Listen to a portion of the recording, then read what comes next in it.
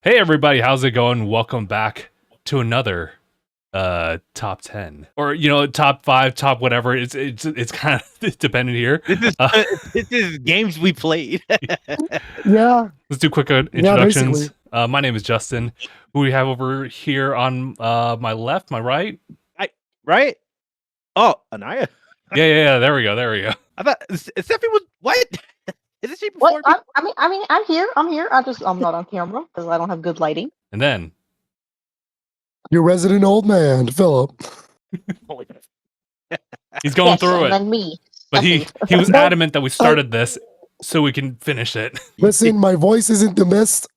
I'm gonna get through it. It'll be all right. Take your word for it. We'll definitely fight it. What a trooper! Can we get some hearts in the chat for Phil? Can we get some hearts? It's not. do I say W Riz? all the support you send. If you do that, I'm gonna go. No. Can you leave a like and comment for Phil? Thank you. Keep me in prayers during this time.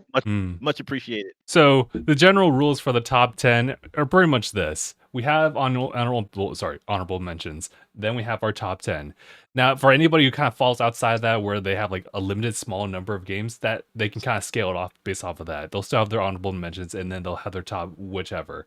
And we have it pretty loose. It could be any game that we played in 2025, whether it was released in that year or not. So it's just about following and tracking like what we've been like up to, and just following the passions that we all individually have, and not having to adhere all the time to whatever game has come out that year. Having said that, I guess we will go ahead and get started with honorable mentions. Does anyone want to volunteer? Good. Okay, I guess it's me. Thank you for volunteering. Such a brave soul. Take it away. Take it away. Bro, all I got, I mean, the honorable mention this year is my top one of the other list, because holy crap, this is the game that kind of took me out from trying any other games, because it's it took too much time, honestly. That's basically what it was. My thing with it's Tekken. My thing with Tekken is that of course, it's been a rough season as far as like dealing with some of the balances and trying to get around what they could do and what they said they would do. So now we're just like waiting for them to actually like follow through and make it a little bit more cohesive. It might just be like a modern fighting game thing, where everything's like super aggressive, and they're trying to find ways of like meeting legacy players and new players in the middle. But I can't. It's like if I had an addiction, it would be Tekken ranked, because I got home and I was just like, all right, bro, time to chill out. You should not play fighting games to chill out. Let me tell you that. But I mean, 4 hours go by and I'm like, I got work tomorrow. So that's probably why I couldn't finish a heap of games I played this year. Oh, bro, I almost revoked my gamer card because I don't think I earned it. Honestly, if I only played one game this whole year. But it was still fun though. I still love Tekken. All is false. I mean, that's what truly matters, to be honest. Yeah, can't stop loving Tekken. It's like literally your game of the century, if allowed, you know. Bro, if there's like, you know how like you could play like Animal Crossing and all those sim games forever, I could play Tekken 8 forever. That kind of just goes for every fighting game, though, right? Yeah, basically. True right. That. Like most of the time, I'll have the transition of like coming back to play Tekken 7, because like I don't play like a previous version that often, unless I just want to like go through like just I don't know how to see the differences. Were there any other games that you would categorize as honorable mentions, or would that just be like the honorable mention? I was delving with like all the demos I played last year, because I didn't want to count them. I know I haven't finished any of the games I'm about to mention, but like if I had to do that for honorable mentions, it would probably be Constance, right? That is like a like a Hollow Knight hand-drawn type of game. All those Metroidvanias that are sticking out. I mean, bro, it's my kind of game anyway. So now that it's out, I'm definitely gonna play it and put it on my list of things to finish this year. So that's another honorable mention. Sephie, you got any honorable mentions? No, because I was a fake gamer this year. I didn't really play anything. I think the game I've played the most is one of the games on my list, and I'm just gonna preface this little slight spoiler. It is, I guess you would consider it a gacha game, but gacha game is real gaming, okay? Friends, of course, okay? of course. All right. It's It's like I guess I could equate it to like Honkai Star Rail, but like Oh. less of an exploration type. So Mhm, no mhm. honorable mentions over here because I didn't really play anything this year. So That's I cool. have enough for a list, but this year's the year, guys. I'm gonna game. I do Ugh. have a couple of honorable mentions. Lay it on us, buddy. Okay. I'm gonna just run them. I'm gonna run them real quick. All the Switch 2 editions of games that came out this year: Breath of the Wild, Tears of the Kingdom, Kirby and the Forgotten Land, Oh wow. Mario Party Jamboree. Okay. All the Switch 2 editions Yeah. that came out this year, they're cool. You know, some are definitely better than others. Looking at you, Mario Party. I think my favorite of the bunch would be Kirby. I think that game is so beautiful in 60 frames, 4K. And then like Nice. the new content really like helps it out, extend it a little bit. So that was pretty fun. Threw this in honorable mentions. This almost made the top 10. Street Fighter 6, Oh, the Really? Switch 2 On edition. Switch 2? the Switch 2 version. Okay. Got you. I wanted to, but I also put this on a top 10 2 years ago. So I was like, I feel it, bro. I know the and- feeling. I get yeah, you. Oh yeah, that's right. but I will say that I've been playing it a lot more on Switch 2 than I have on PS5. So Mm-hmm. Nice, nice. I feel it. here's a little All right. spoiler. This next game is the game I took off the list today. I recently beat it in December. So I was like, maybe it's just because it's recency bias. The physical copy came out in 2025, which is why it took me a minute to play it. And that would be for Neva. Oh, yes. I'm glad that made it on your list. It's a good game. Neva is beautiful. I cried like 5 times, I think. Oh shit. Oh no. Oh no. Oh. But it's a great game. It's a phenomenal game. I like it more than Gris, to be honest. I threw these next two on here because I have a short honorable mentions list. All right, just threw them on here. Nintendo Switch 2 Welcome Tour. Okay. You're right. I still maintain that game should have been free. Welcome. Welcome. I- To $10. Yeah, how much was it? that should have been Dra- free. And They just Dragon pay Drive. $10 for that. The two first-party Nintendo games that were exclusively download on Switch 2 this year. Yeah, they were there. Right. It's there to be. To give a little credit to Switch 2 Welcome Tour, the fun facts and the questionnaires are actually kind of cool. And it's still one of the best uses of the mouse. All right. I Alright. also have an update to my list. Uh-oh. Somebody mentioned Kirby, and I forgot that I played that this year. I finally beat the DLC. So that was added to my list, and now I have 10 games. So that's cool. Hell yeah. Okay. So- I've only got 2 separate batches left. Pepper Grinder and the Plucky Squire. I beat those this year. Oh, That's pretty great. cool. Oh wow. Love Plucky. Mm, I agree with Aniya's review of it last year.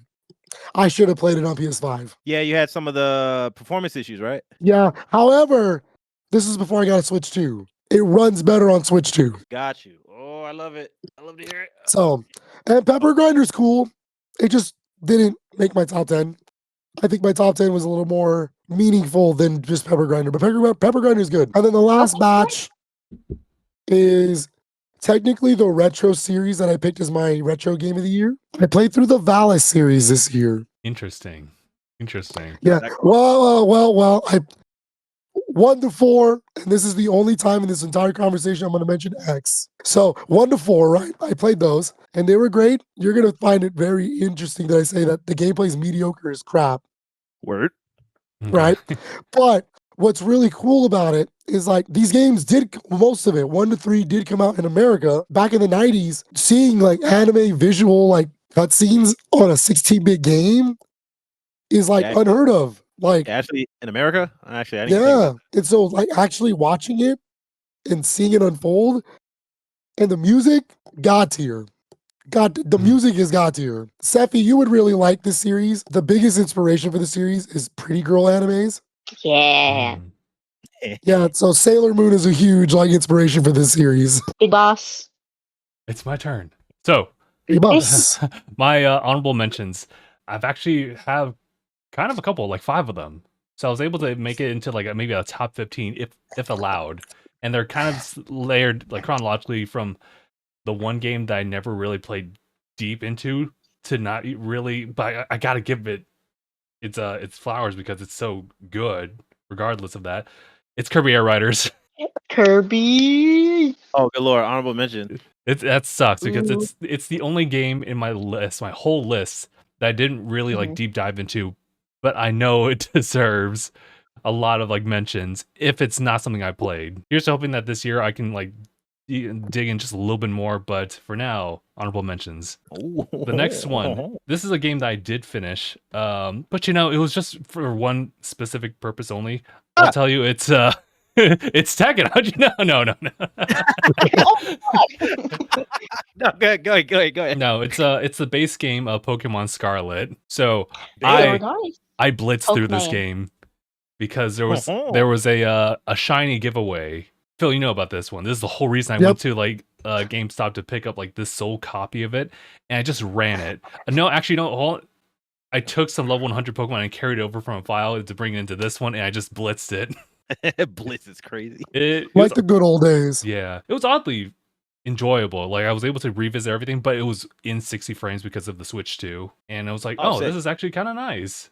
Like, I mean, granted, like the art style is the art style, and you know, it only helps boost resolution and the frame rate. It doesn't help with textures or anything like that. So it was still kind of ugly, but it was otherwise still an enjoyable game. And then these two follow-ups are actually the gacha games. We have Honkai Star Rail as honorable mention here. I've been playing it since I think April when the second anniversary came up. You've been putting in that work. I've been seeing you on stream sometimes. Yeah. I lurk. I think the story is really compelling. It's really good, but I had stopped myself because of my circumstance of just simply, wanting to catch up with like side stuff that had been happening, because I think those are pretty compelling too. So I pretty much stopped main story stuff just to catch up on that kind of stuff and get the rewards there to do the summoning stuff.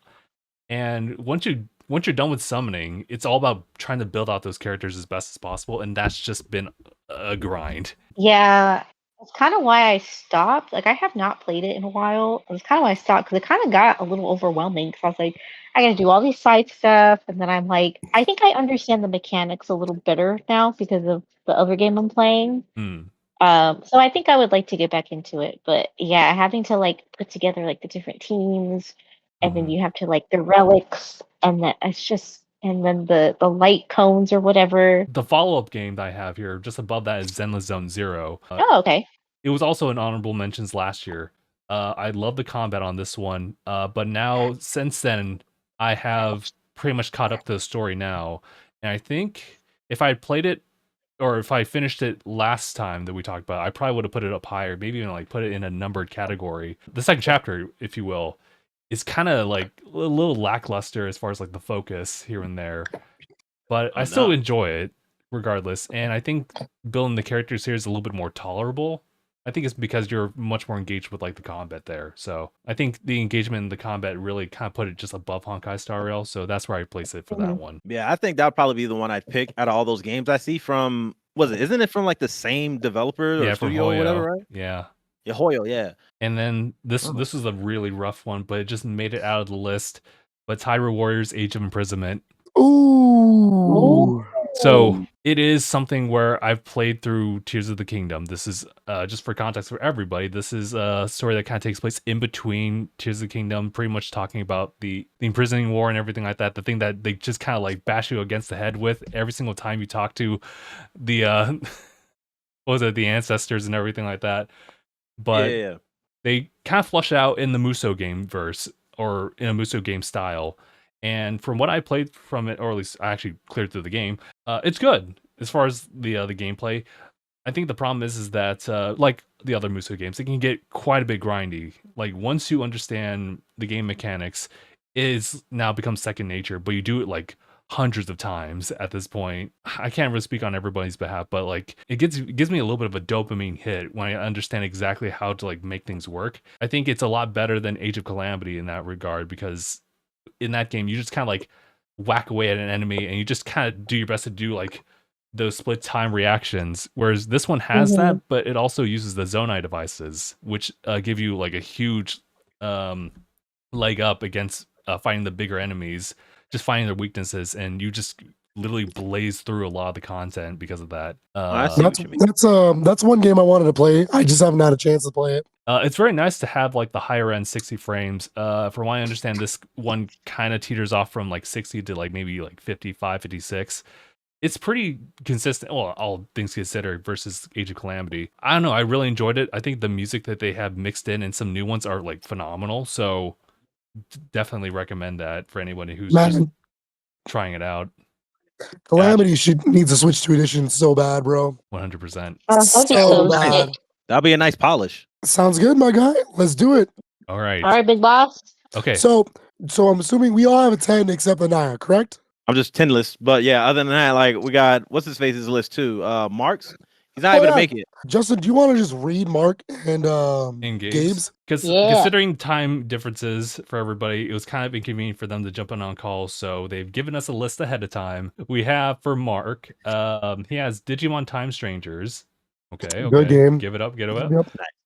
Ninja Gaiden 4. That's a huge bump. Yep. That's a Mark game. Yep. Mm-hmm. We have Pokemon Legends ZA. He knows. Yeah, let's go. Let's go. I'm glad he actually was able to play it. He has Peak. You know, the oh my god, from Aggro Crab is so fun. That is such a fun game. Monster Hunter Wilds. Appreciate that. Okay. In fact, I should put Wilds into my honorable listing as well. He has played through Clair Obscure Expedition 33. Really? Hell yeah. Very nice. Man, he's ahead of me. And he's also played through there's like 2 other ones aside from this one, but he also has Metaphor Refund Tazio. Oh yeah.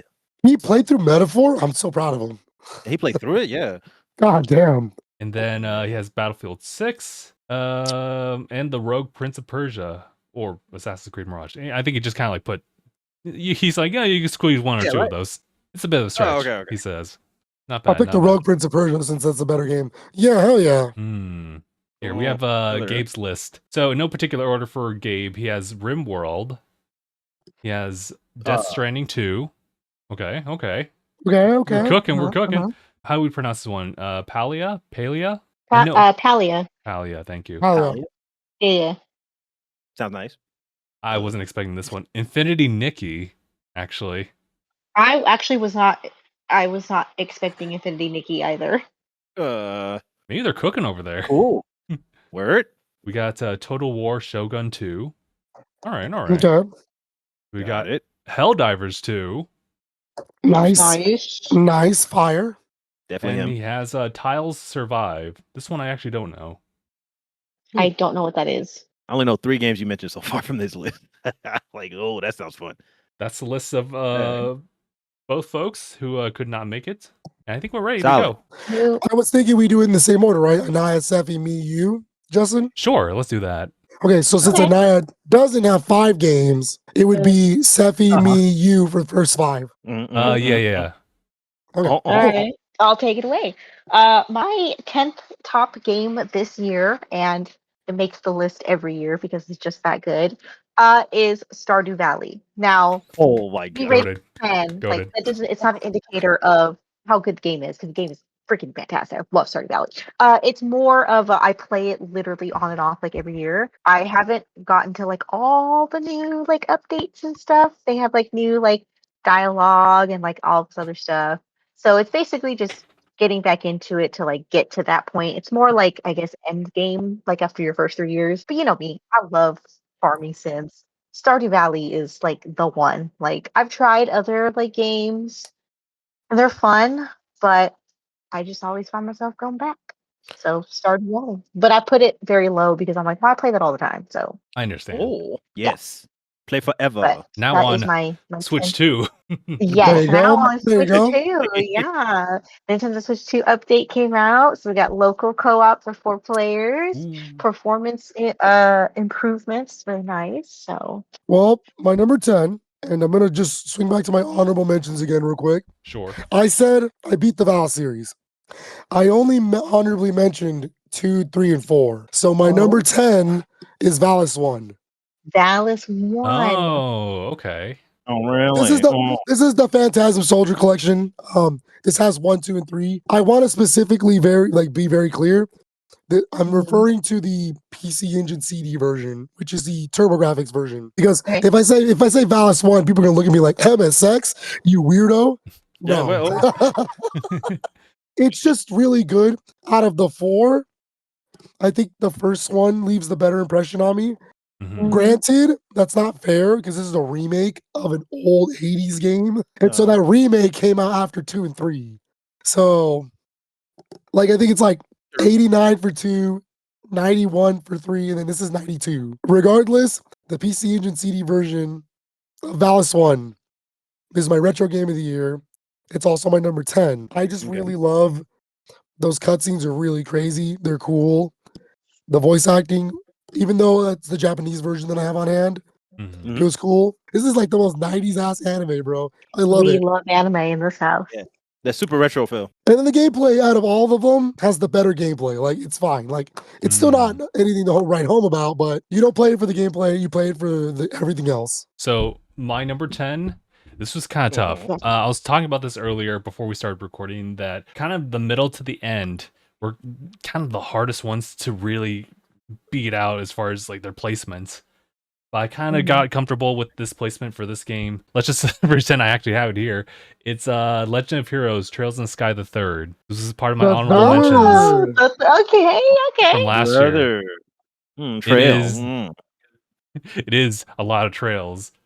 But this is the end of the trilogy of the Sky series, right? I think it's a really good culmination of just building and compounding all the abilities that they've introduced thus far, but they follow a different protagonist this time around instead of focusing on Estelle and Joshua. It's definitely a bold choice for them back then, but given the layout, even the stories and even the narrative and how they kind of like frame it is so different from the other two. There's major spoilers around, and hell, this is not even a game you can recommend to anybody without knowing the other two. There's a couple other games later on that you're like, oh, that could be a standalone if you wanted to, but this one definitely not. So regardless, it's still a really solid story. The only caveat is that it tells the story way differently in a way that is really only benefits those who have played it before as far as the other games. So that is my number 10. I have a question, Justin. Nice. Uh-huh. Do you think they'll remake the third?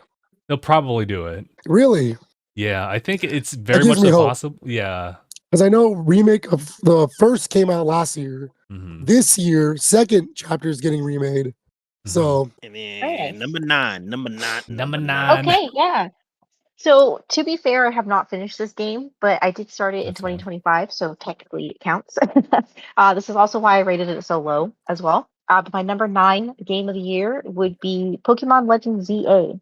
Okay, okay. Whoa. Yes, so I nine. am. Way lower than I Ah, thought you were gonna put it. Yeah, it's only because I haven't finished it. But I mean, so far, like I think I've just gotten to the point where it's like I basically can do whatever I want now. Because I was just complaining to oh, hell Justin yeah. whatever day we were talking, I was like, man, when are they gonna let me just kind of run around and go look at things? So I'm at that That's point fair. now where I can go run around and look at things. So Let's I'm not like go. too far into the game, but I am having a lot of fun with it. I do really like the updated battle system. It did take me a little bit to get used to because I have to pay attention to my Pokemon's health.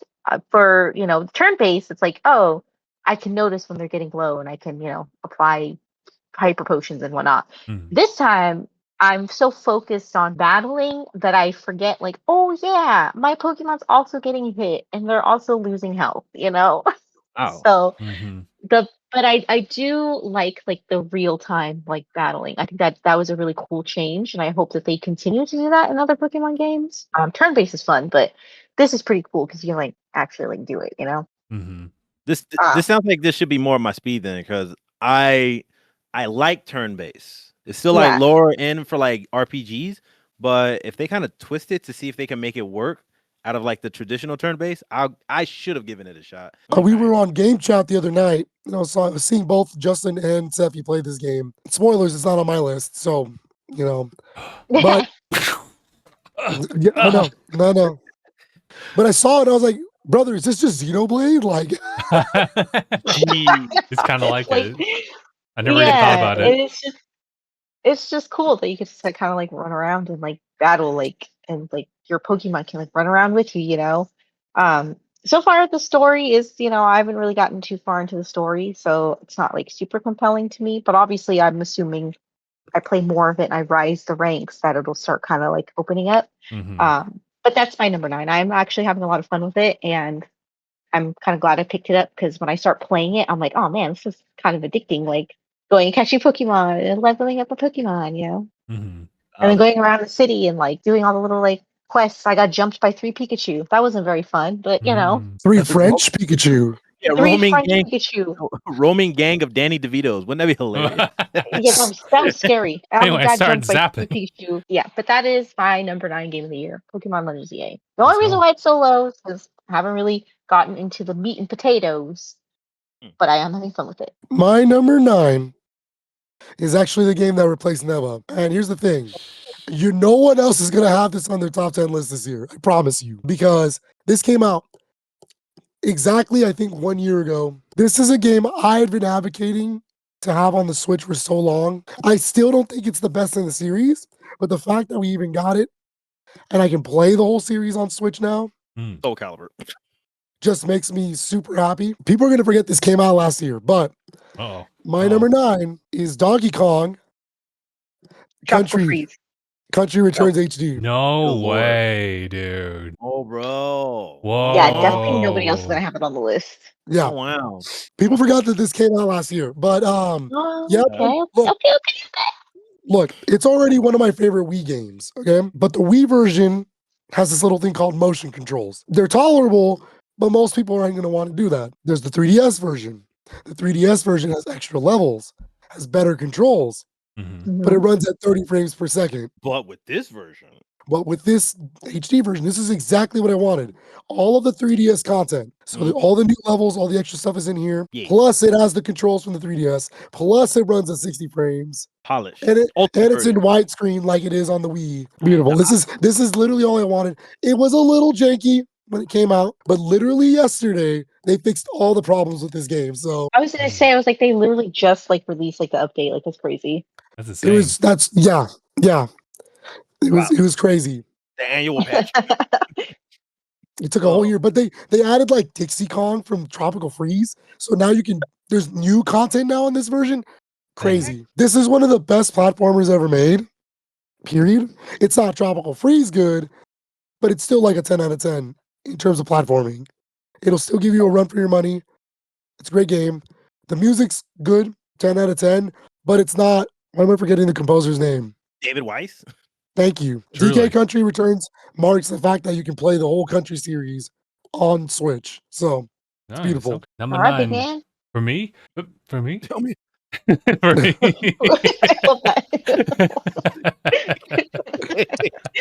Sorry. Oh yeah. No, I'm actually taken aback because I didn't expect our wavelengths to match on this one, Phil. Because I also have Donkey Kong Country Returns at number 9. No, actually, that's crazy. It's not gonna be on anybody's list. He No said. way. Wait, So- no way. Like this is not gonna be on anybody's list. He says. That's what I'm talking about. Oh my god! Oh, Ain't no look way! Ain't no way! Nah. Dog. It's because of my spreadsheets. I totally remember this one. Yeah, I picked this up day one, and it was my first time ever like jumping in. It's the sole reason that they released Donkey Kong Country Returns HD and a bunch of other games onto the Switch platforms for people like me who never got to play it because it was on a different platform to just try it out for the first time. And I think it translates incredibly well. It aged very well too. Considering it was a Wii. I mean, granted, a lot of the Wii games aged up pretty well. This one's no exception, especially on the quality of like the gameplay. The platforming is just still really solid. I do need to play through Tropical Freeze. I've been kind of like on the sidelines, just kind of waiting to see if I can play this game beforehand. So Nice. Here's hoping that like this game, Tropical Freeze, gets an update as well. There's not really much to be said about this. I guess if there's anything, the music is something I just couldn't quite remember a lot of. The music is literally just remixes of old country games. Gotcha. That's all it is. Granted, the new song that's in there, which is for the Rocket Barrel, that's iconic. That's a really good track. That is a good one, yeah. Probably not tougher than Tropical Freeze, but this is kind of rough here and there too. This can kind of kick your butt a little bit. If you can beat Returns, you can beat Tropical Freeze. Cool. Cool. So my number 8 again is another one that I started last year. Well, Ooh, let me preface this Octo. by saying I really wanted to play this game myself, but Mm. my computer cannot run it. Well, in that case, I have Frank do it for me. So technically, Frank is playing it, but I'm making the decisions and watching the story. Oh, okay. So he's kind of like my proxy. This is nothing against the game itself. That's why it's rated so low. Again, I have not finished it, and we've barely, I think, scratched the surface of the story itself. But my number 8 is Claire Obscure Expedition 33. Game Ooh. of the year. Trust me, I Oh. really wish we would have finished it before the end of the year because I really wanted to like rate it higher. But I am really enjoying where it's going so far. I'm loving the characters, and I think the fighting is cool. I like the fighting style. Like I said, I like turn-based games. It's easy for me, you know. I'm Gotcha. baby gamer. The turn-based games is perfect. I really did want to play it like myself, like I really did, but I don't have a PS5 console, and my computer can't run it. So but Frank That's can rough. run it, so that's all that matters. That's called compromise. We got you. But I am really enjoying it so far. I can see why it would win Game of the Year. I think the story's really good. Characters are really cool. I laugh because they are all British sounding, and yet we are in France or like an offshoot of France. So The I secret alphabet. do like that you can like, as with any, I guess, RPG, you could change their costumes. Our team is aggressively French. I just want to throw it out there. Yes, baguette and all. Whole They had French costumes, and I made Frank wear them. He's like, "Are you serious?" I said, "Yes, that's what I want them to wear." They're all aggressively French. bro, the baguette kills me. It's I fucking know. back and forth. Like, he has to take it, and I was like, "Yeah, exactly." My man Gustav, love that guy. Daredevil himself, love Yeah, that guy. Yep. It's so bro. crazy because his costume has like the little circle glasses, so now literally all I can see is Daredevil every time he You're talks. right. I'm like, oh, okay, it's Daredevil. That's blessings. I like hearing that. I'm glad that it made somebody's list. I mean, I think do we all have it? Yeah. Nope. Wait. So you don't have it, Phil, at all? I was gonna say, like, as far as like a pickup. I pick up, yes, I have it. I have it in my collection. Yeah. Okay. My gaming this year was very much limited to my Switch, basically. So Yeah. mostly because portable. You know, Mhm. my son is now 1, so I've been just running around with him, playing with him mostly. And when he goes to bed is when I start playing a game or something. But throughout the day, if he's napping or something, that's usually when I'm playing the Switch. This year, I want to play more PS5 games for sure. But my number 8 Yeah. All right, lay it on Yeah. us. is an entry in one of my favorite series of all time. Once again, another early release in 2025. But you know me, I'm gonna pick anything that this series pulls out. I don't care. And it's a port of a PSP remake of an original PC Engine CD game. And that is for East Memoir, The Oath in Felghana. Oh wow. Okay. Oh, Okay. wait. Okay. Really? Whoa. Tell me more. Tell me more. I forgot about this one. So this is a remake of East 3. Wanderers of East is what it's called in the original title. It's a remake that makes it more in line with like the actual East series nowadays. A Okay. little more like action based. It's not super long game, but the music, phenomenal. East is very much like focused on its combat. The combat's fun. What kind of game is it? Like, is it like Action RPG with a little bit of Zelda. Yeah. okay? That's a heavenly This duo. this one in particular is like based on like the more classic games, so it's like a top down perspective. But Okay. there are modern East games like 8, 9, and 10. Those are in like full 3D. Now, Mhm. if you're gonna play an East game, this is not the one to start with. Obviously, yeah. Play 9, or I'm sorry, 8. East 8. Really? I mean, is East that gonna 8 like throw me is off? Like, if I play 8, shouldn't nope, I play 1? nope. They're not unless you're playing Origins 1 and 2. Those are its own story. You're following the adventures of Adol Kristen. And so these are different books, basically. It's not like a cohesive like the Origins 1 and 2. Everything else can Yeah. stand alone as its own like But journey, right? You'll get certain bits and pieces, like in East 10, they're like coming from where 1, 2, and Origins takes place. But realistically, they're their own self-contained stories. Yeah, They I think just I follow the same main protagonist Yeah. and his adventures, basically. It's like Indiana Jones. can work with that. Okay. All right. But East 8 is the recommendation if you've never played one. If I never played one, start with East 8. Okay.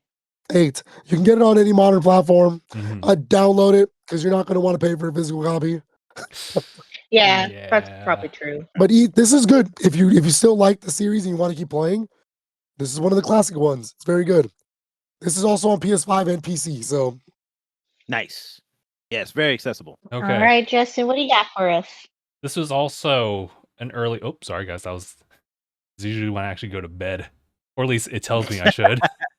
But this is also a January game for 2025. It's an RPG of a series that I've been picking up recently. Not maybe recently. I mean like a couple years back, but I've just been like going back between different series. Nevertheless, this is Tales of Grace's F remastered. ooh, Number 8 on Grace's this F. one. This one Okay. was really fighting neck and neck with Donkey Kong Country Returns, and I think it just beat out because RPGs are a little bit more where I lean towards. But this is also an action RPG, so it has a little bit of a leg up there too. The combat for the Tales games have been just it just worked for me. It was something that was always like really attractive, and just seeing like people do like exhibitions of like different combos and whatnot. But on a surface level, for anybody who's just jumping in, it's just super flashy. It looks super cool. You really get to really change how the characters will use like the different move sets. The story itself is definitely on the more curious and mysterious side of it, and it plays along for that for a good while. So it will definitely kind of keep you like on your toes. But if you want the grandiose story of it, it's just our main boy Asbel over here just trying to chase after his boyfriend right over here. For a good majority of We things. love it. It's like a Naruto and Sasuke thing. Kinda, yeah. Actually, Oh, that's crazy. yeah, actually. Having said I that, don't care though, if you slice my leg.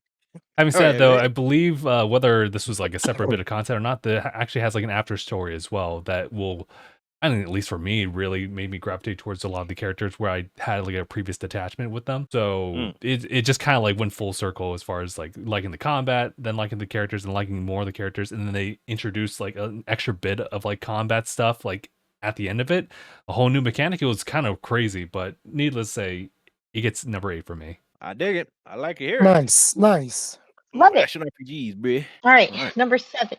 Lucky number 7. Yeah. Final Okay, Fantasy? now we're getting into the games that we. Oh man, I wish. Now we're getting into the games that like are actually like ongoing or that I actually like finished.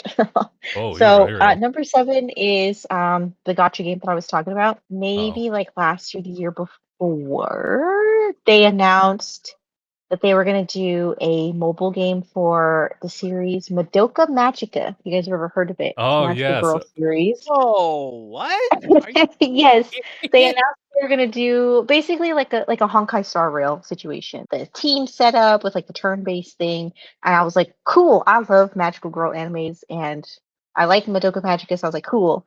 So they finally released it, and that's what I've been playing since like last year. It came out like early last year, and I'm a day one player. I've been playing it. It's like Ooh.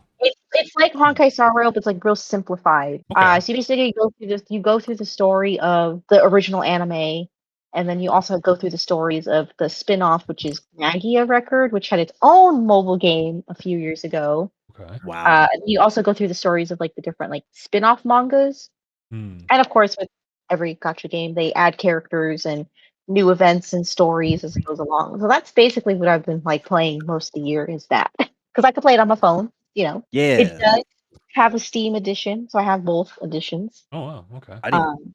This is It's free to play, obviously, but I have spent real money on this game. So, Oh. so Those Crazy. transactions. Crazy. That's Crazy, insane. yeah. But hey, listen, they got you. They got you. But it's been a consistent. I've played every day since it came out. Nice. We love to see it. So I get my little like login bonuses and all that jazz. Of course. It's real easy though. I mean, it's not as in depth as Honkai, like the leveling up system and the little things. Like it's a lot more simplified, which I think I like. Mhm. It's just a good thing to like pick up, do my little stuff, for like 5-10 minutes. And then when they have like the big events and stories come out, then I can, play it a little bit more. So that is, it's called Magia Exedra. That's what it's called. Okay. Good lord. Yeah. Nice. So if you're a big fan of Madoka Magica, it'd be a good game to check out. All right. Okay. Nice. Yeah. I can rock with that. Number 7. Number 7. Sugar King foot lettuce. So Yeah. my number 7 is going to be the first Switch 2 game on this list. It's also one of the 2 collections I have on this list. After actually playing the collection, actually experiencing it, this is a fighting game series I was not very familiar with in terms of like actually playing them. I knew the lore, I love the characters, I love a lot of the modern releases, but my experience with this series started on PS2. It was not in the original games. And so when you tell me they're going to release a collection of the original games, I went, well, I got to try, right? Okay. And you know what? I get it. I get it. They're really good. They're really good games. And so for my number 7, I have Mortal Kombat Legacy Collection. Dude, brother. Oh, okay. Digital Eclipse. Solid. Yes. Yes. So I do want to just, I'm going to get the bad things out of the way now. Yes, the online sucks. It's not completely fixed yet. Yes, there is a slight input delay, but I'm playing on Switch 2, so it's not as egregious as like PS5. It's Hmm. worse on PS5.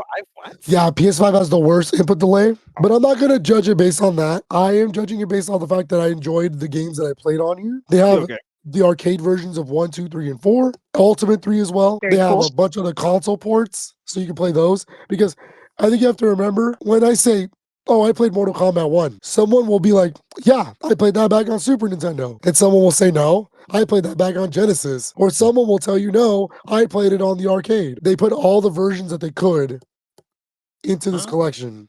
So you get to experience like all of it. The really bad port of Mortal Kombat 1 on SNES with no blood, that's there. The really, really janky Game Boy ports, sure, why not?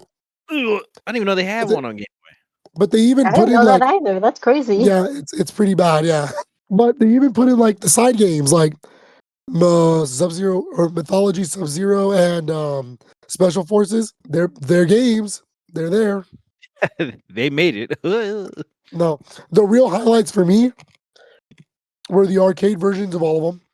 So 1, 2, 3, 3 Ultimate, 4, and then Trilogy. Sick. MK All right. Trilogy is on there, yeah. Those are Mm. like the highlights for me. But I also want to bring up the interactive documentary part. This is a digital Eclipse game. So they were gonna do this no matter what. It is so comprehensive.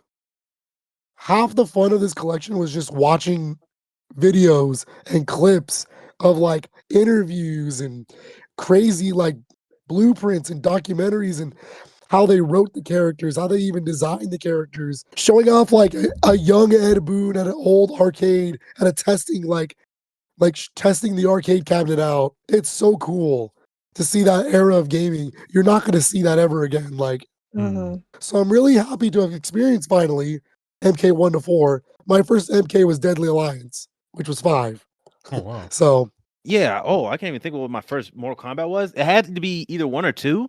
I just didn't know which difference it was. But it's definitely one of the older classic ones. I think 2 is my favorite in terms of fatalities. It's pretty crazy Yeah. that they got away with a lot of that stuff. However, gameplay wise, yeah, it's Ultimate 3, bro. Come on. Yeah, I feel like that's the biggest consensus. Ultimate 3 is Yeah. like unmatched in classics, honestly. You had the run button, you just unlocked a whole bunch of combos. Like, It's funny. They sound so pissed. Dude, those voice actings that they had to like cut time just to add character to the playable ones, bro, man. Oh man, Yep. old school But- editing. Yep, number 7, MK Collection. Devin, Number 7. For me, it's funny because we already like talked about this game earlier before in Oh. different placements. But this one is Oh. kind of where it sits right with me, which is crazy because of how much I love the franchise. And then there's just a whole wave of other games Oh. beyond it. I'm talking about Pokemon Legends ZA. Oh. It gets placed for number 7. Devin. Okay. I'm surprised. I'm honestly shocked. Honestly, Like, Yeah. I actually am surprised I would thought a bit higher. Yep. I thought that was going to be way higher. Wow. No, fair enough. But yeah, make no mistake, this is still a really good Pokemon game that I would definitely recommend. You know, maybe even recommend it to first timers too, just to kind of get a feel for just like the world of Pokemon, like the idea that I had in mind when I was like growing up and seeing them like in, you know, sorry, this was kind of shaking a little bit. I'm trying to remember what was going on with this one. This game, It's so interesting because I've always fantasized this idea of like as your avatar running alongside Pokemon, and Pokemon Yellow was kind of like the example of that. It was like, oh, Pikachu's behind Pikachu, and you can like interact with them directly, and you're like, oh my Yeah. god, they're real. You kind of get a feeling for that in Legends Arceus as well. It's not quite the same. I've always said that Legends ZA is kind of a marriage between standard Pokemon and the Legends series now.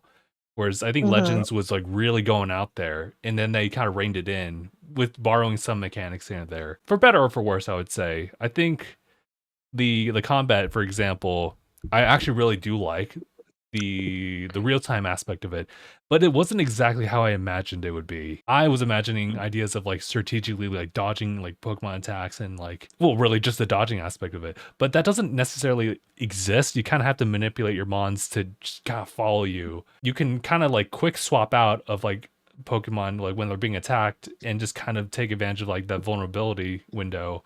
But the problem is that your Pokemon will give an animation that just takes forever to pass on, and then that other Pokemon will just like land another attack upon you. So it's not quite as something you could take advantage of. Having played the DLC, it's not exactly how I imagined it either, as far as like level scaling. Also, I would say that a big issue I would have with this game is that there is quite a bit of grinding, both like in the base game and the DLC as well. So Really? that's kind of to its weaker points. But if you just like the motions of just the combat and just like enjoying the city the city life there while interacting with Pokemon here and there alongside you, then I think you're in for a good time for this one.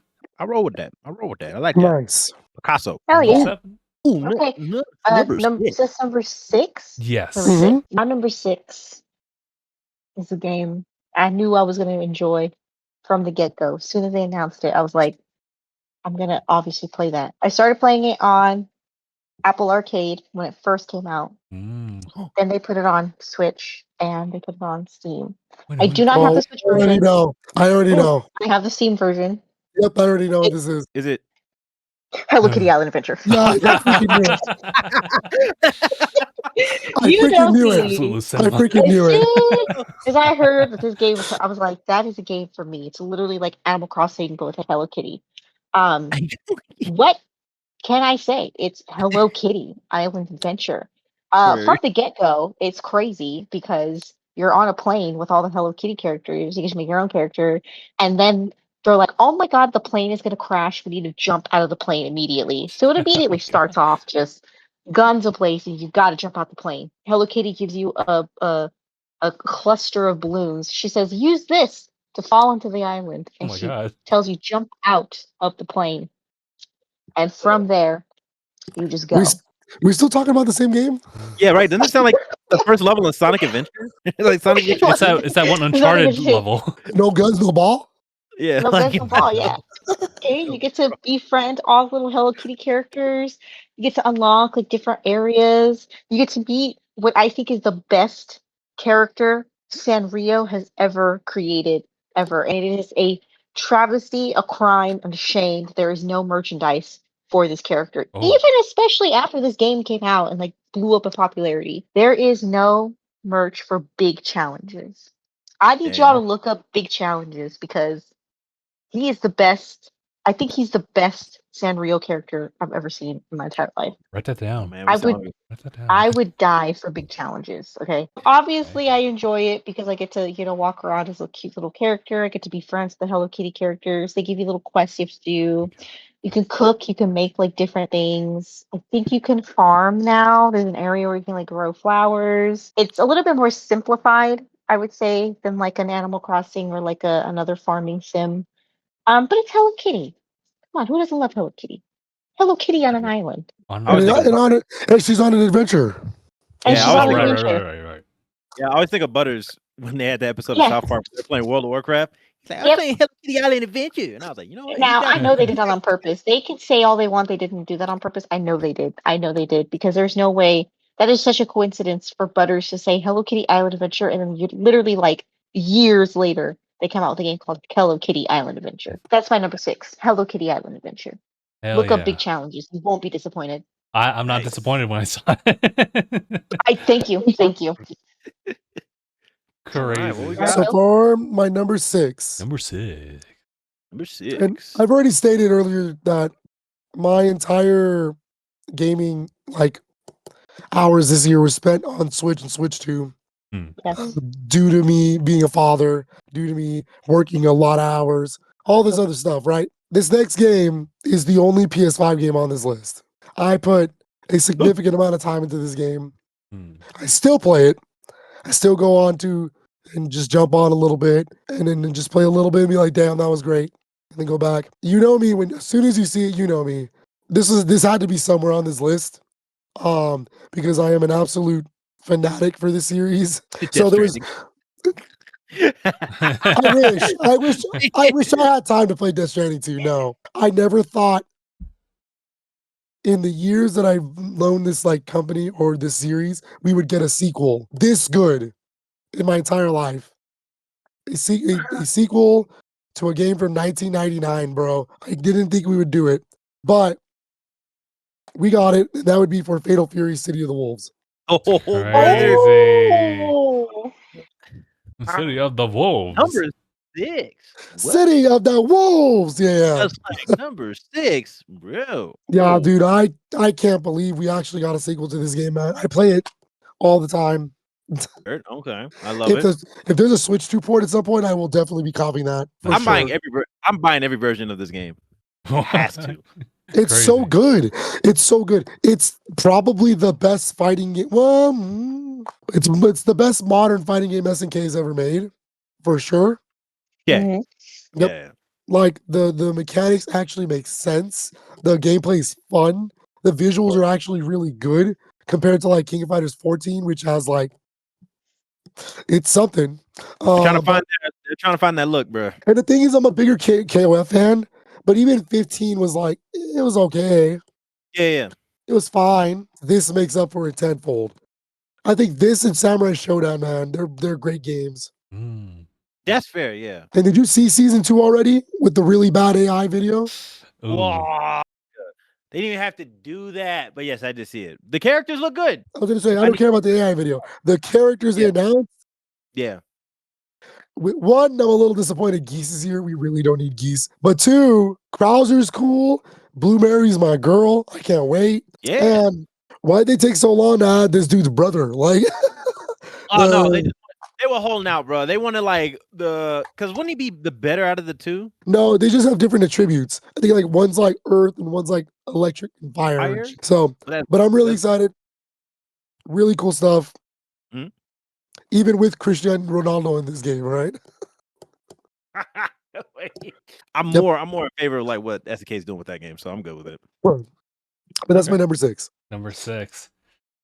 This one was kind of tough, especially since I had another one here listed here in the top 10. I didn't know where I'd want to place this one. It was literally me going through each and every game within that list and saying, is this better than this? Did I enjoy it more than this game? Yeah, I think so. I'll place it right there. It's for a series that I've just been adopting thus far since 2020 or something like that. It's The Legend of Heroes Trails from Zero. I finally got around to playing this one. This is not a 2025 release for sure. This was definitely one that was I'll pick it up when I can, and I'm glad I did. Nope. I figured you'd start the Crossbell duology since you finished the Sky trilogy. Yeah.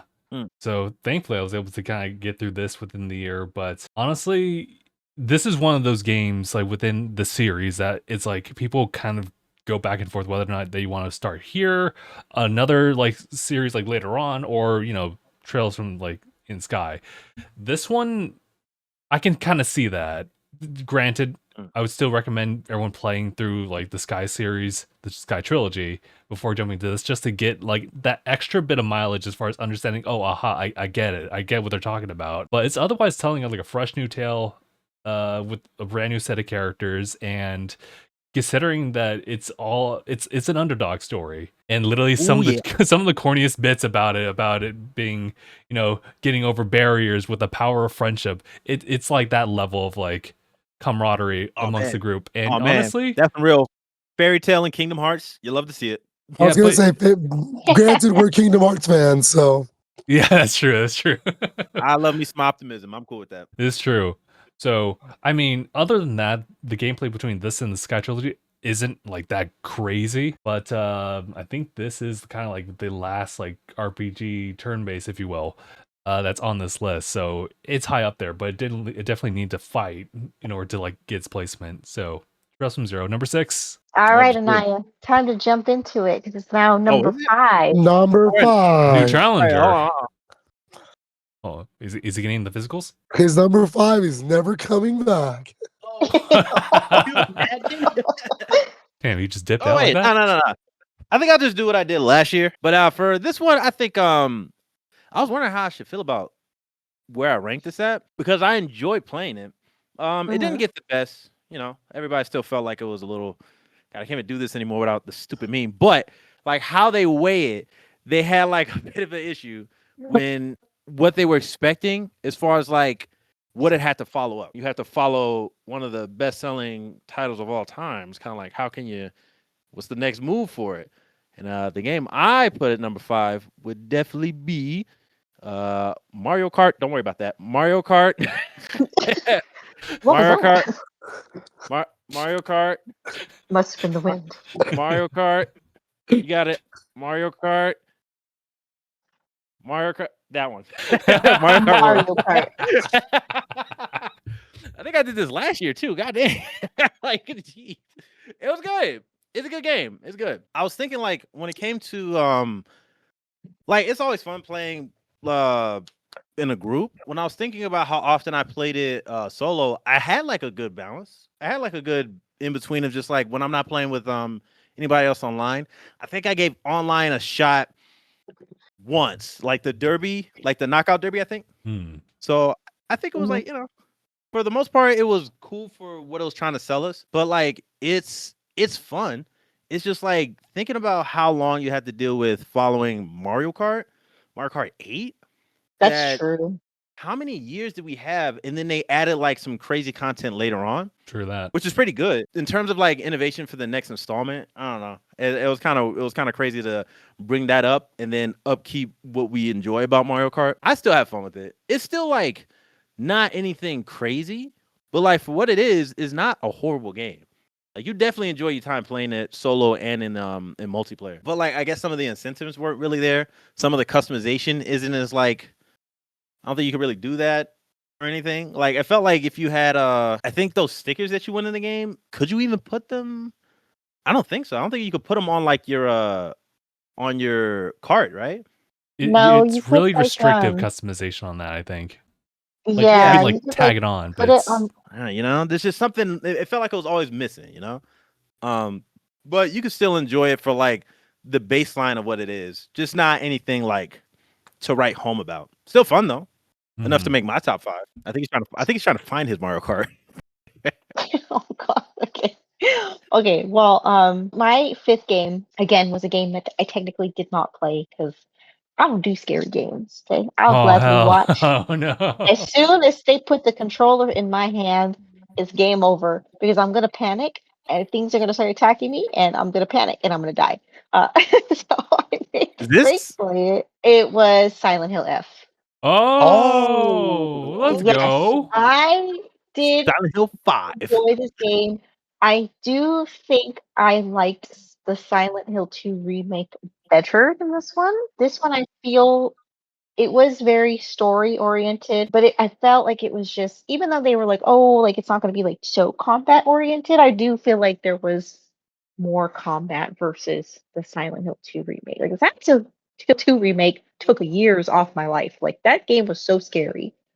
This one was not as scary, which on one hand I can appreciate, but on the other hand, I was kind of expecting a little bit more. I did enjoy kind of the overall like theme of the game, especially being set in the 1960s in Japan.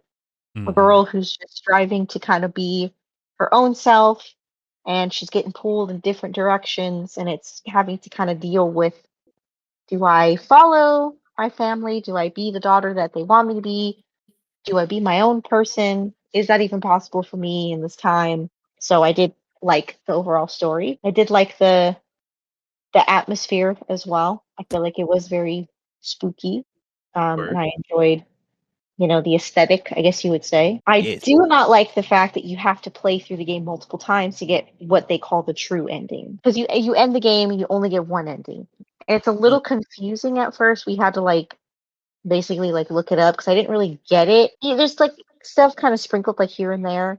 But for you to get the actual full the whole story, you have to play through the game multiple times and do certain things, which I did not like. With Silent Hill 2 Remake, you had the option of getting different endings depending on how you played. You weren't just stuck to one. Mhm. So I appreciate that's what I appreciate a little bit more from that game. But I think Hmm. overall it was good. It was spooky. The Mhm. story was good. The acting, the voice acting, whoever did Hinako, she knocked it out of the park. She was so good. Hmm. Great. We did play the game in Japanese as well. Very nice. Very nice. Solid. So Yeah.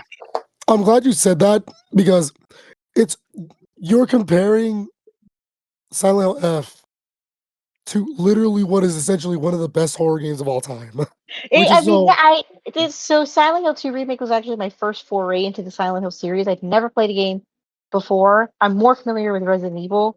Hmm. So that was my first entry into it. So I guess I was expecting more from Silent Hill F. And before the game came out, the developers, they were talking about no, this is gonna be more in line with spooky and scary. I didn't really get a lot of that. That's fair. But like I said, I think for an entry into the Silent Hill series, it was good. I enjoyed it. Like I said, I overall did enjoy the story. Although, like I said, I wish they would have not done the whole, oh, you got to play through this game 4 more times to Hmm. get it. yeah, You know? That's a choice. Yeah, that's kind of a bold choice. Yeah, in terms of replay value, the choice to get an outcome based off how you play makes more sense. I think that makes more sense. I liked that better. Yeah. I like Yeah. that better. I like Given the story and Yeah, The- given the- the story and given the genre, Mhm. yeah, I feel like it's easier to. Yeah, no, that just makes more sense from what they got from the remake. So I agree with that a lot. mhm. Yeah, but I still think it deserves the spot. It was very good. Number 5 Number 5. Number 5. is the last collection I have on this list. Fatal Fury in this game fought for number 5 for sure. Ooh, And this is purely nostalgia talking. So this is good choice why of words. Yeah. this is why I won between the two. We've gotten a lot of fighting collections recently, and I thank you, Capcom, for all of the ones you put out.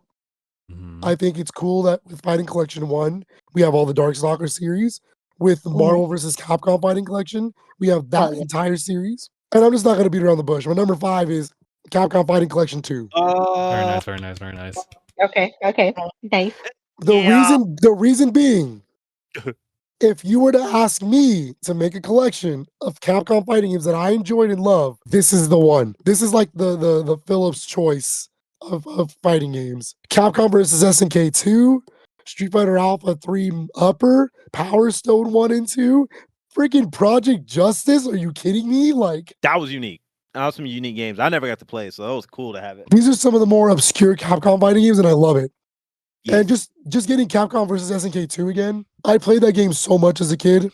It's not even funny. I just the nostalgia playing it over again. I was like, oh my god, the music, the characters, seeing Fatal Fury and King of Fighters characters versus Street Fighter and Darkstalkers. I was like, whoa, this is my heaven, bro. As a Latino growing up in Mexico, when I go to Mexico and visit my aunt who used to run an arcade, she used to have Neo Geo machines across the whole wall.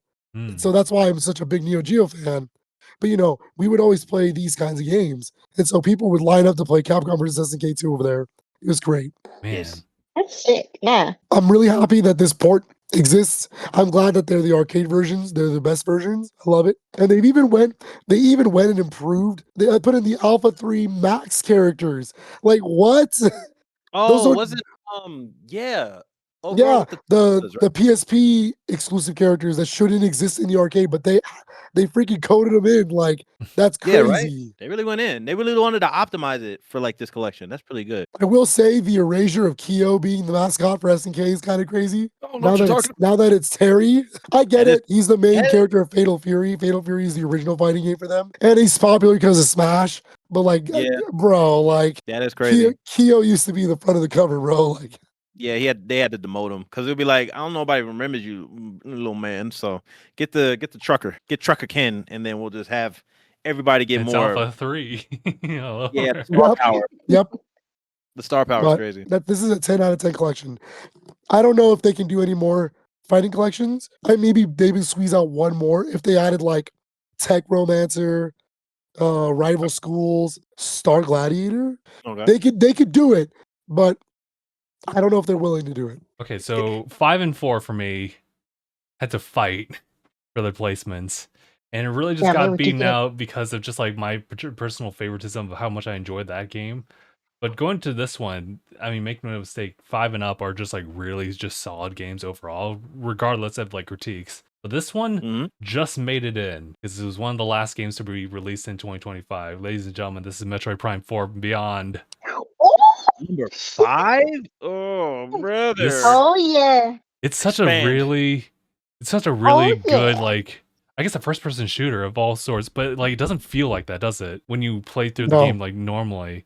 Because originally released on the GameCube, there was any way, I mean, a lot of first person shooters that came out like around GameCube era too, with varying results and feedbacks, but Metroid Prime stood amongst like the best of those because like, you know, I would say like the lock-on system, the Atmo is like a huge compelling contender about that, and just like the isolation with each of the games. And as Samus, although a bounty hunter, spends a lot of her time just exploring new worlds and everything like that, and this is no exception whatsoever. They have modernized a couple things when it comes to the story, and I will tell you that the story is kind of like the most lacking of all the qualities within this game, just like certain plot points that just don't really get fully explained. Like you're left with a lot of questions at the very end of things, but as far as the core gameplay itself has not changed. It is like for the best, for the better of things. It has not really changed. The psychic abilities have been like kind of an interesting like tweak and perspective on things. I don't think it really stood out as like something better than like maybe some other mechanics we've seen in other Metroid Prime games, but it's otherwise like still like a fun thing that they added in there. You have access to different weapons, albeit they're like ammo like restraint, but they're also like different weapons that you can like totally use. I love the levels. Actually, we all know that this game has like a huge overworld on top of it, and you actually go to every single location via like Viola the bike, but each of those small areas kind of has like an unfolding story behind them. Like for the most part, you're spending like a good majority of them just like going to the very deepermost sections of that area to find the thing that you're looking for, and also to restore power to all these things that have been previously shut down, to uncover the secrets of a lost civilization that is trying to preserve itself through Samus as like a messenger. And so you just learn more and more about the lore, and I scanned everything. Well, almost everything. I got like 97% at the end, but it was still like a really cool lore thing to like pick up on. I think my favorites were really like the Volt Forge and like the Ice World, because it was just like you go through them and everything's like all eerie, everything's like inoperable, and then everything starts attacking you the moment your power goes back on. So it's like it's very reminiscent of Metroid Prime 2 in that sense. A civilization that you're trying to just go around. You're like the messenger. It's very much a setup, but in the way that it plays is very much Metroid Prime 1, and that's a good thing. yes. That's good. So I mean, there's not much else to be said. It's just a really fun time, and you know what? I want to say one last thing because people were complaining about Miles McKenzie strikes again. Ah, Miles, my He's- beloved. I still hold that he's not like that annoying of a character until he's tried to get the green energy stuff. That's when it becomes like a problem. But that's it. Metroid Prime 4. I watched Vinny Vinesauce play through most of Metroid Prime 4, so it was a running joke in his community. For some reason, his chat always latches on to the most annoying characters: Miles, Chadley. Oh my god. Don't shake your head, Phil. Don't shake your head at the best Final Fantasy character, okay? I don't want to hear from you. Oh wait, that was number Okay, number 4. Okay, yeah, number Here we go, 4. number Naya, four, what you number got for four. us? Lord, number 4. You know what? This was kind of close to the top of the year. It came out. Nobody knows about this as far as I know. I did a couple of like personal like videos as far as like a channel thing, because I wanted to tie in like doing more like manga stuff and more like one shot reads. This one was interesting because it's a one shot, but it also has a game. So I wanted to like play. Oh, I wanted I to play the think I know this game one. before I read the manga. So when I had an idea of like trying to see what I can gather about the story and how it can like become a game, I mean, it's not hard. It's not hard to make this into a game, but it's it's like a puzzle mystery kind of like thing. Okay. But the title of this thing is called Urban Myth Dissolution Center.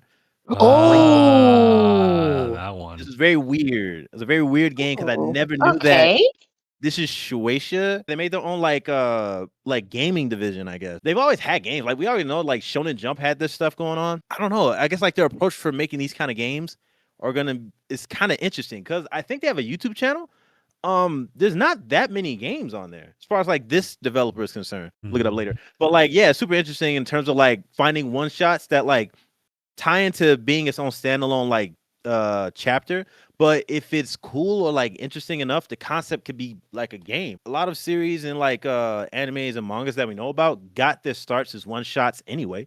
So who knows? This thing might end up getting like an adaptation at some point. So when I started playing the game, they had a cool function of like the character you play as is like a she has like an ability of clairvoyance, but the guy who's kind of like your chief or whatever, because it's like what, there's 3 characters. There's like the driver who also she didn't do it in the game, but she has like hand-to-hand combat. She's able to like fight off people. She does that in the manga though. The guy who's like your chief or whatever, or like who you work for, I don't know if he's like some Professor X kind of guy, I don't know. But like he gives you places to explain to go. me. Yeah, and he gives you like a layout of how you approach things, but then you bring more info to him and he kind of like pieces it all together. Not quite Detective Conan in terms of like big brain, but he does like some, can you consider clairvoyant? I don't know, he's a freak too. But like other than that, It's a it's freak kinda tale. yeah, you get some cool things because like your character is able to see things that are hidden when she has like glasses that she uses. So that's cool. So like the function of the game and how you move about like getting info for like a murder or like somebody getting kidnapped or something, it's pretty crazy. It's pretty interesting. So this is definitely under the radar, but I feel like the potential of it could be pretty cool because there's more than one story. I think I only finished chapter 1 and there's probably like 3 available. I believe so. So super interesting. Definitely gonna be something I finish soon. Definitely this year to finish. Yeah, That's pretty cool. Okay. yeah, it's a Oh yeah, sleeper. I've Oh, heard of yeah. the game. I didn't realize it was all that. Yeah, I was like, Shueisha, what?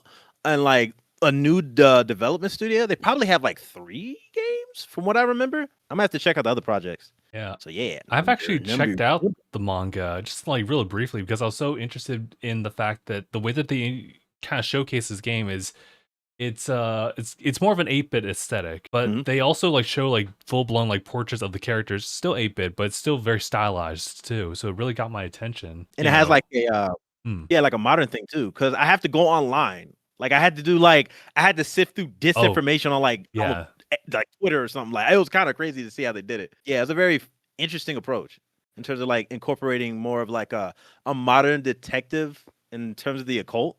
So I like how they did that. Mhm. I just like really like that Yes. art style when they really want to use like an 8-bit like idea, but also just modernize it in a way, in different ways, I guess. Number 4. Number Number 4. 4. Number 4. All right. My number 4 was a game, is a multiplayer game, and I had a lot of fun with it. It really does make for some pretty like fun but stressful situations, and I'm actually really glad that Frank told me to buy it and play it. Usually we'll try to play it as much as we can. But number 4 is Peak. Yeah, yeah. Oh god. This game was so fun. I love that they change the map every day, so you don't know what you're gonna get. They have added more biomes, which I think is cool. And it's definitely better when you play with more people because we were playing it with 3 people and that was hard. 4 people makes it a little bit easier, so I would love to play it with even more people. But it's fun. You have your little characters and you get to like dress up in different outfits and then you climb around, you climb the peak. And it can get pretty stressful too, especially when you get to like the later end of like the game, when you like make it like to the peak of the mountain.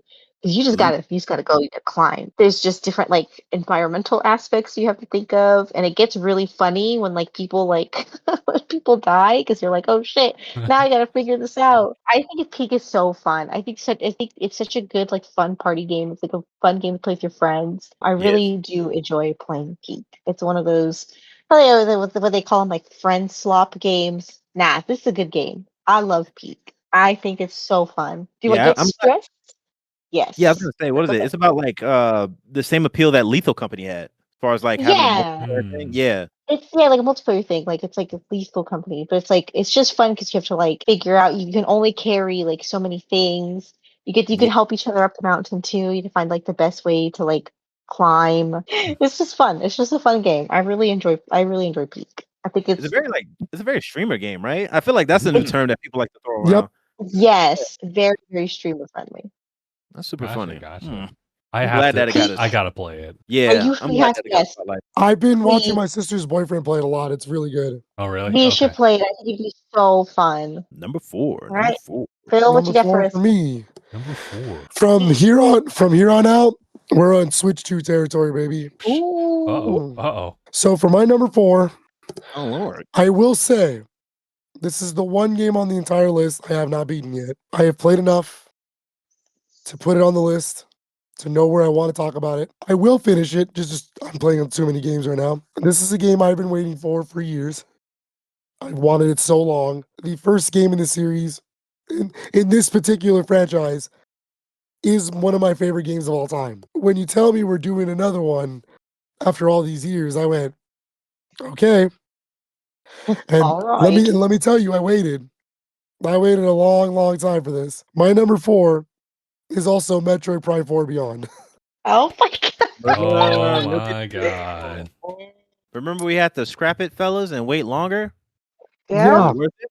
Was it worth it? Mm-hmm. Pretty much, Justin has basically like talked and explained exactly why I think it's great. It's a little too early on in the game for me to say if it's the second best Metroid Prime game. I don't think it's better than Metroid Prime 1. I can already tell you because of the way it's a level design, like it's the way like you progression wise, sorry. It's not the Metroidvania I wanted. Metroidvania for me would be like I have to go back and forth between the same level over and over again and explore and use different things. Right. It doesn't go that route, but it does go the route of like Metroid Prime 2, which is more segmented areas. And I like that. I like that. It's not amazing in that front, but I also don't find the characters annoying. Look, we as Nintendo gamers, we ask for voice acting. We ask for these things. They give it to us and then we complain. So it's I don't know. I thought it was all right. Using really modern like I guess lingo is the way it's better to put it. You know, like when Miles goes, win? All right, chill out. Okay, yeah, that's a little.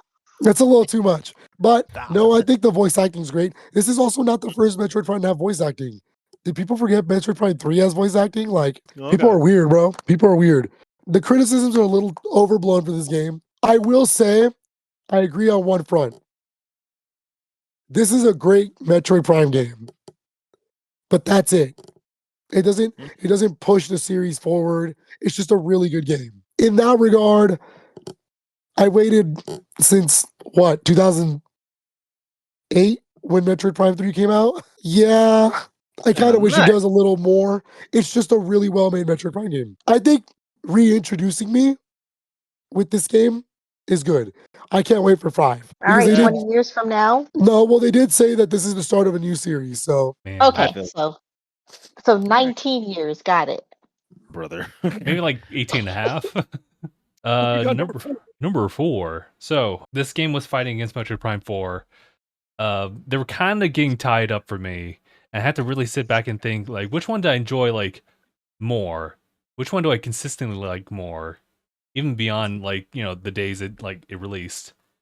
This one's just a lot of fun, and I didn't even like do any online stuff with it. Ladies and gentlemen, this is Mario Kart World. Mario Kart. Number 4. Mario Kart. No online. No online on this one. I'm low-key kind of scared to go online because I know there's a lot of sweats on the walls. Oh my god, it is insane how sweaty the lobbies can get. All those tricksters is wild, man. Regardless, Knockout Tour, it's crazy, bro. One, I do like Knockout Tour, but second, it's just this had a lot to like live up to as far as like Mario Kart 8 Deluxe's content. And it still has a lot to live up for. Like it's despite that. It's still a lot of fun though. Like I love the idea of making a whole entire map that is interconnected through the courses. I think that's a great idea, especially since it felt like Mario Kart 8 was kind of going a little above and beyond, like through space in the anti-gravity aspect. How are you going to like one up that? I think what they came back with is kind of just a nice breath of fresh air, considering it's like it was released alongside Switch 2, and everyone has like their own opinions about what should be in the launch title. I think this is a solid idea, this being alongside everybody, considering it's just like it's a family game for the most part, and kart racing game as well. I think the music is phenomenal. It's like probably yes. Oh my god, yes. God, I'm looking at the other like listings here, and like those also have fantastic. This is just fantastic music. This would share first place with all the other ones as far as music, even if it is just remixes of like other like old stuff. But I think everyone has like a different opinion about that. I just love it for what it is. And you know, they've had years to just reinvent the formula for like kart racing with Mario, and they just always do well with that. Yeah. Yeah, they deliver well. And it's always fun to play like with friends. That's what I've learned so far, like since its release. So that's Mario Kart World. Hell yeah. Number 4. Great game. Fun game. Oh yeah. Number 3. Top 3, baby. Top 3. Oh Lord. Top 3. Oh. I don't know if I did. No, man. Again. All right. My gamer license is kind of on the edge because I haven't finished except I guess Dissolution kind of counts, but like I didn't finish this game. I didn't finish it. Didn't roll credits, and ironic enough, I think I'm close to rolling credits. I'm just being lazy, but I mean, honestly, with this kind of game, I kind of just have fun enjoying the mechanics of it, and then also I want to do like the checklist of like finding all the collectibles in the levels, all that nonsense. But like how I do it, I'm just enjoying the different abilities you have in the game. You know, crushing through all the obstacles, constant. I don't really call them obstacles. There's like some things that stop you just because there's a limit to how much you can actually destroy in the game. From what I'm able to do as far as like essentially terraforming, this game is I have no qualms with it. Honestly, even without rolling the credits, I think this is worth this space. And that is Donkey Kong Bonanza. I knew. As soon as you said terraforming, I was like, I know what it is. It was just so fun. This game is beautiful, so fun, bro.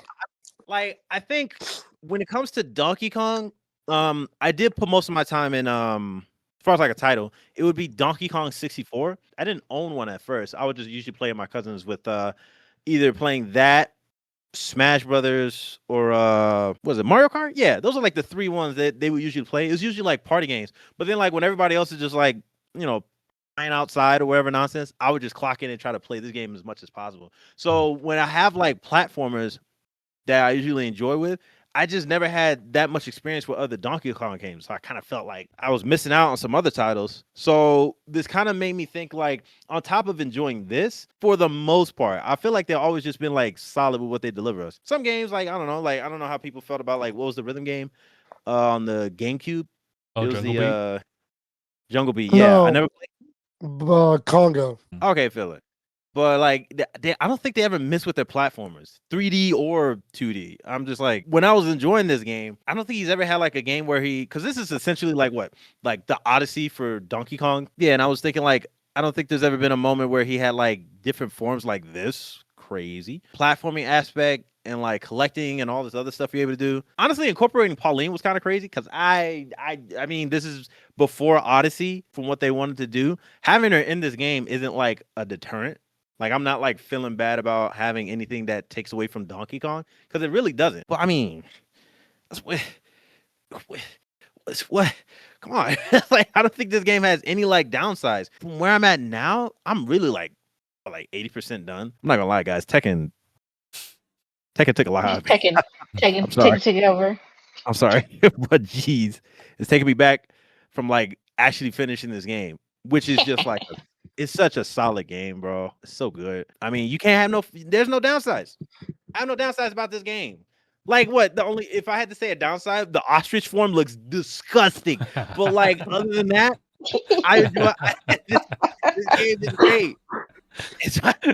Bro, but it's got like the best song. What do you mean? Yeah, but like his neck. I ain't looking at him.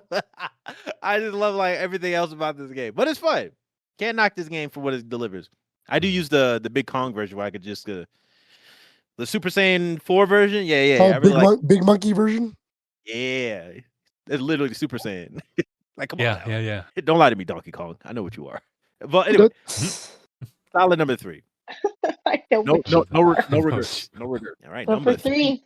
Bye. All right, I just added it because I forgot I played it this year. But I really did enjoy it. I enjoyed the base game, obviously. I love cute games. I just love cute little baby games. But this is not a baby game, okay? I forgot I put it in wild mode, and I was like, damn, this shit is hard. It's Oh, Kirby. okay. It's Yeah. Kirby. It's Kirby. They say it's Kirby. hard. Kirby and the Forgotten Land. Oh The wow. DLC. No, you Mm. got to give it its full. You got to give it its full government name. It's Oh, sorry. Kirby and the Forgotten Land Star-Crossed Worlds DLC. Oh it's Lord. Hard. Good enough. Um, isn't it? Yeah, I think it's like Kirby and the Forgotten Land, Nintendo Switch 2 edition plus Star Cross Worlds. Oh, Ah. yeah, good enough. Okay, whatever.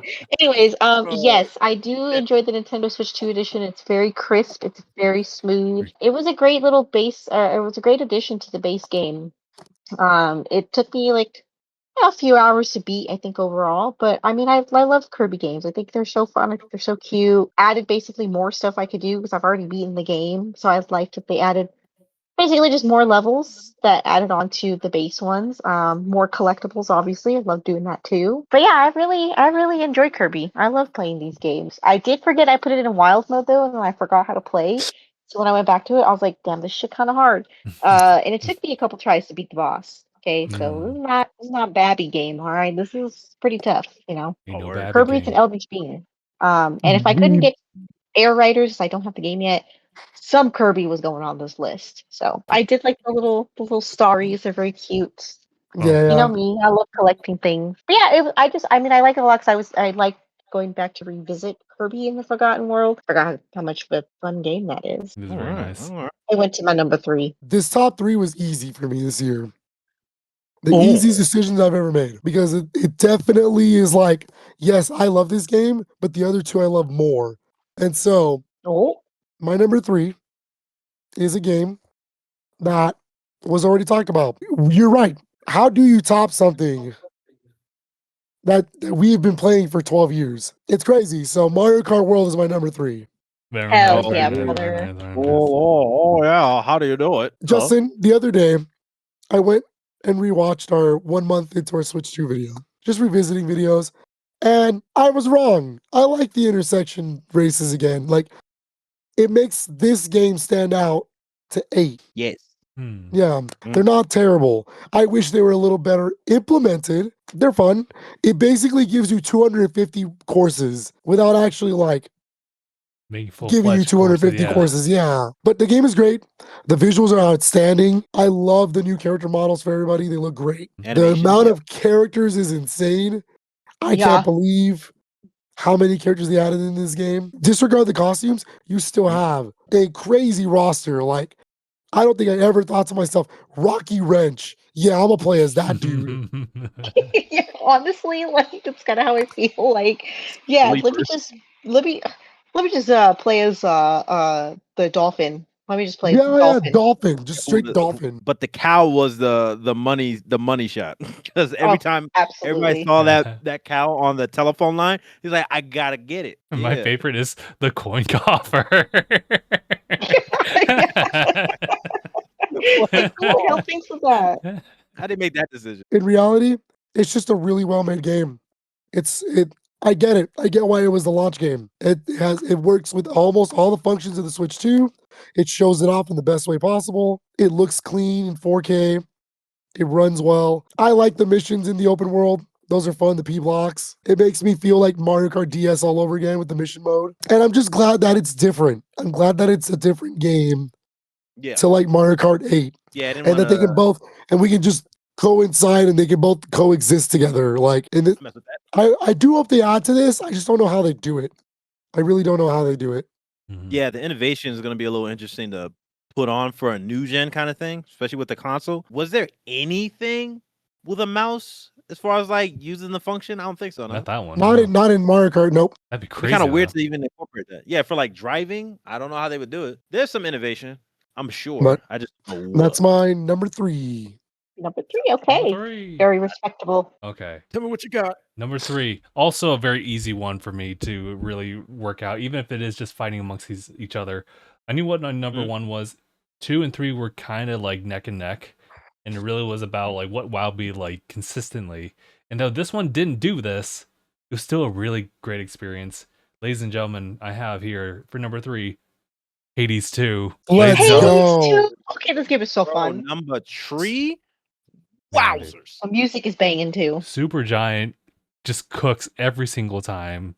Supergiant was cooking. I didn't play through like 2 of the other games, but I know that Bastion was like the first foray and like one that I experienced. So they were definitely on my radar, especially when Hades came out as well, and I enjoyed that one. Albeit it kind of has like some issues that I share with this one as well. Is that and the reason why it's placed at number 3 is that you kind of get burnt out after a little bit. You'll be going through like countless runs if you're not as like adequate enough in like, you know, your skills and everything like that. And you kind of run through like the umpteenth run on this one, and albeit they do a really good job in keeping things fresh and new by introducing like new lines. There's a boatload of voice acting in this game. It's incredible how much they like really backed in there for something that is a roguelike. It was good and refreshing for a good amount of time, but by the time that I finished one of the runs, and I was super stoked about that. And of course, I knew that they were going to try to have you run it through again, because that's the whole purpose of them. I do another run of them. I died pretty early on, and I just feel this wave of just exhaustion about it. And I was like, I think I need to pick up Metroid Prime now. I think this is the opportunity for me to take a break. So I'm kind of in between that, but otherwise, despite me just being kind of burnt out, it's still like a really fun, engaging game. It is otherwise extremely addicting. All the different runs that you can have, the multiplier you can apply onto difficulty once you clear it the first time around. It's meant to challenge you a lot, or you could just kind of take it or leave it. It's just still a really good experience, regardless. But that is watching Frank number 3. play the early access. So fun. Like there was so much to do even early access. Music is banging. Love my girl, Scylla. Oh my god. I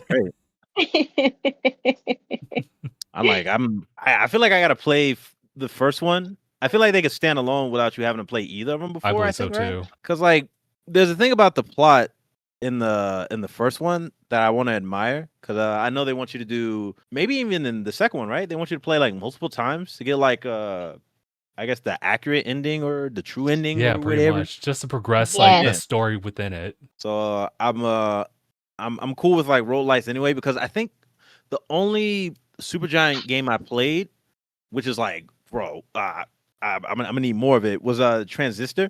And that game, as far as like just the aesthetic and the playthrough, and especially when it comes to like, you know, attributes of weapons and how you choose to help you progress in your own playstyle.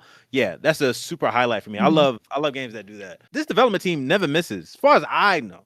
Man, dude. As far as I know, I don't think they ever had like a they kind of with that one. I think like the only criticism for Hades 2 would be like it's just more Hades, I guess. But like I think it has enough distinctions to where, aside from just like the character, there might be something you could find like as small as a distinction, enough to where like this sequel is warranted. So, well, considering Hades 2 is their first sequel ever, so you're right. Actually, yeah, it wasn't like a Transistor 2 or a Bastion 2. Yeah, I played all of their games. I'm up to Hades right now. I'm working through Hades 1 to get to 2. I'm a huge fan of Supergiant games. Bastion is an incredible game. The music in that game is so good. Transistor is also beautiful. Really love that game. I would say Pyre is the one that's like, it's okay. It's more of a sports game. Okay. I wish they'd port it to Switch so I give it a second chance, but it's on my PlayStation. So, but Hades has been really good. So I can't wait to get to 2. Beautiful looking game. Speaking of 2, number 2. Number 2. All right, Aniyah, what do you got for us? Silver medal. I mean, we did mention this. It was brought up, but I brought it up higher because this is, of course, one of my more closer genres I like to play. Anyway, you know, this is one that kind of took away from me playing other games because I love fighting games. But I didn't want to avoid any time spent with this, and plus, also it has my main in it, so I was like, why would I not give this game a shot? And of course, like with the time I spent with it, and then also it's just fun to watch. Aside from like my bias towards Tekken, this is a fun game to watch. Waiting for a port to Switch 2. We're not gonna get that for a while, I'm assuming, but it'll be dumb not to do it. And taking silver medal is City of the Wolves. Very nice, very nice. Guys, this game, guys. I played the hell out of Mark of the Wolves on my Switch 1 on the arcade archives or whatever, the SDK, whatever you call it. Bijane is my main. I mean, like, she's a pirate, so I'm already with it. And plus, I like a moveset a lot, too. With every concern of, like, the technical things you can do, SK just knocked it out of the park with this title. It's such a fun game, dog. And then, like, just aesthetically, right? I have this thing where it comes to, even with Street Fighter, if I had to choose, like, art direction wise and their graphics, SNK and Capcom would be more my personal choice. I just fell more towards, like, the mechanics and, like, engagement for Tekken. But, like, Tekken goes for, like, you know, hyper realistic and, like, very, like, bombastic and, like, fantastical styles of, like its graphics and like attacks.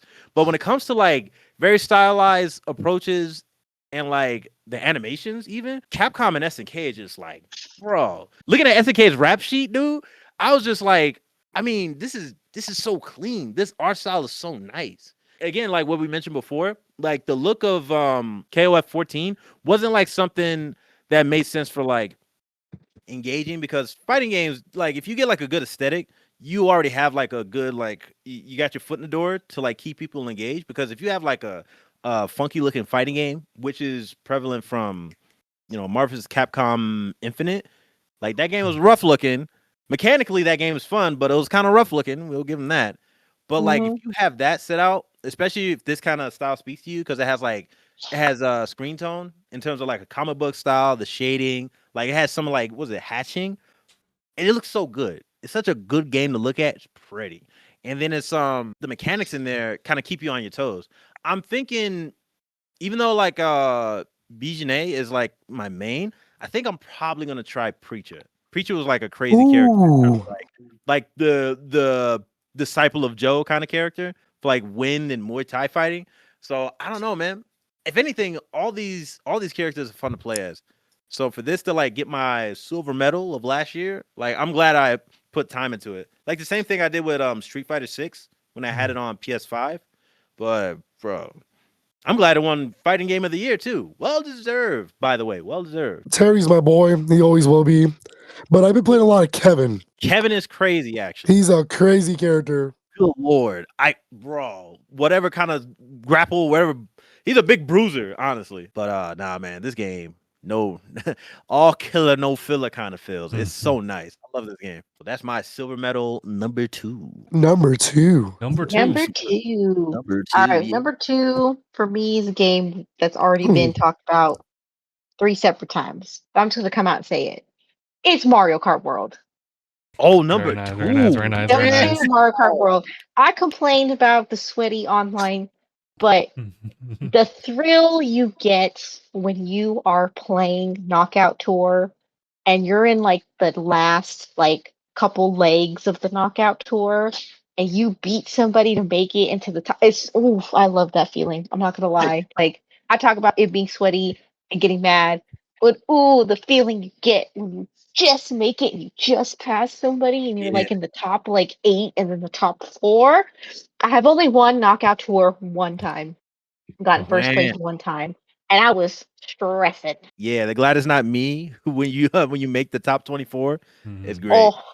Oh man, I love it. I love it. As much as I love to complain about it, I love it. I love the Knockout Tour. I think that's probably my favorite mode ever. Yeah. The P-Switch missions, those are pretty cool. I like driving around and like going just finding random P-Switch missions. I do like the interconnecting, like going from one track to another. I think that shit is so cool. I had a lot of fun with Mario Kart. I put in a lot of work when the Switch 2 dropped and Mario Kart came out. I put in a lot of hours. Haven't really picked it up lately, but just talking about it now, I'm kind of like I want to get back into it. Yeah, it makes you want to go Knockout Tour. Honestly. And it makes me want to like go and like play and like drive around. I just think it's cool to like drive around. I feel like the world was just very cool too. Like you see little toads driving in their car. I Mhm. found a little campsite where these Yoshis were camping out, and I was like, campfire, it's so cute, you know. Mhm. That's sick. Love all the characters, love all the costumes you can get for the characters. I think the unlocking mechanic is kind of cool. Having to go drive through the Yoshis and eat food, and you get, you know, different costume. I'm not a fan of having to unlock the enemies by Kamek or Magic Book. Don't like that. I think they should have changed that. Yeah, it's very particular. That's It was crazy. very particular, They and it's very RNG heavy, and I still don't have all the characters. they made it Yeah. easier now because you can custom items and just only have Kamek. So Oh, Oh, okay. streamline Well, now. Okay. out of that. But I did have a lot of fun. Graphics really cool. Game runs very smoothly. Yeah, I really really enjoyed Mario Kart World. It was very hard to beat Mario Kart 8, and I still don't think it's there yet. But it Hmm. is very very close. So that's my Nice number silver two. medal. Silver medal. Yeah, Yep. yeah. Mm. my number 2.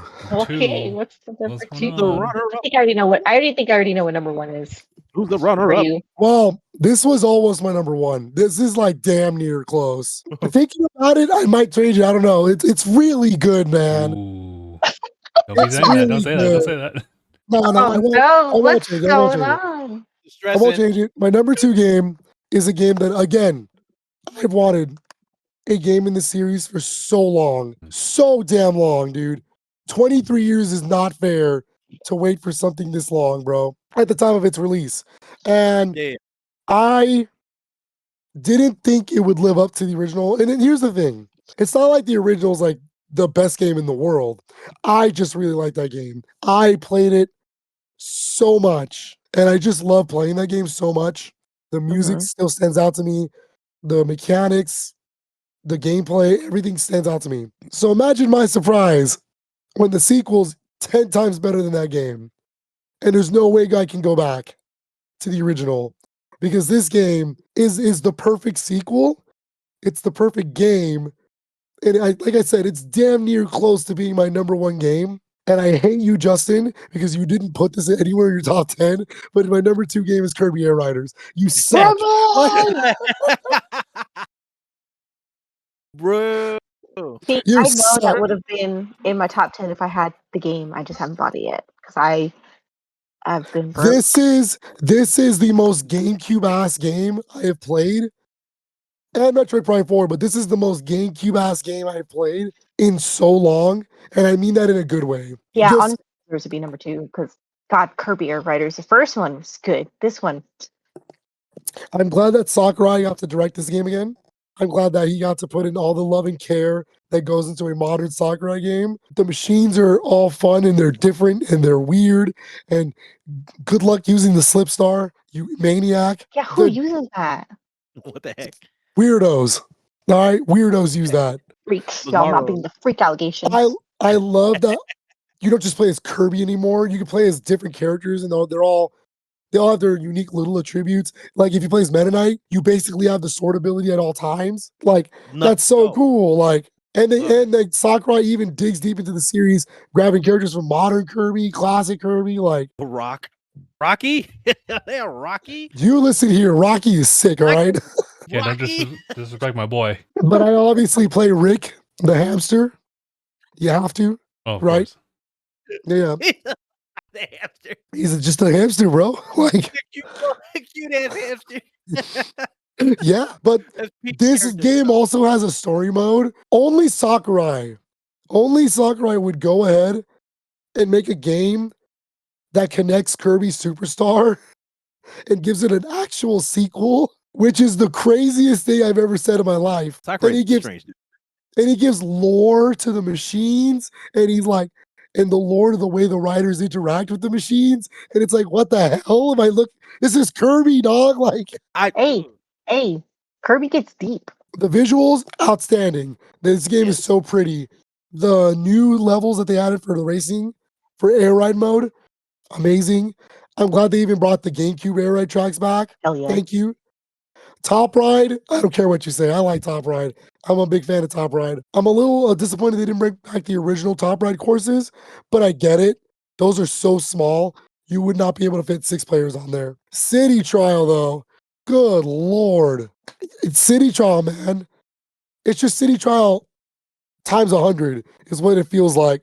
It's chaotic as shit. Yeah. 16 people compared to what we used to play with 4 That's is crazy. insane. Yeah. I will say I'm not a fan of the when did you get to choose the stadium to play on? That kind of defeats the whole purpose of like if you get the wrong items, you're screwed. That's on you, dude. Like, however, Dang.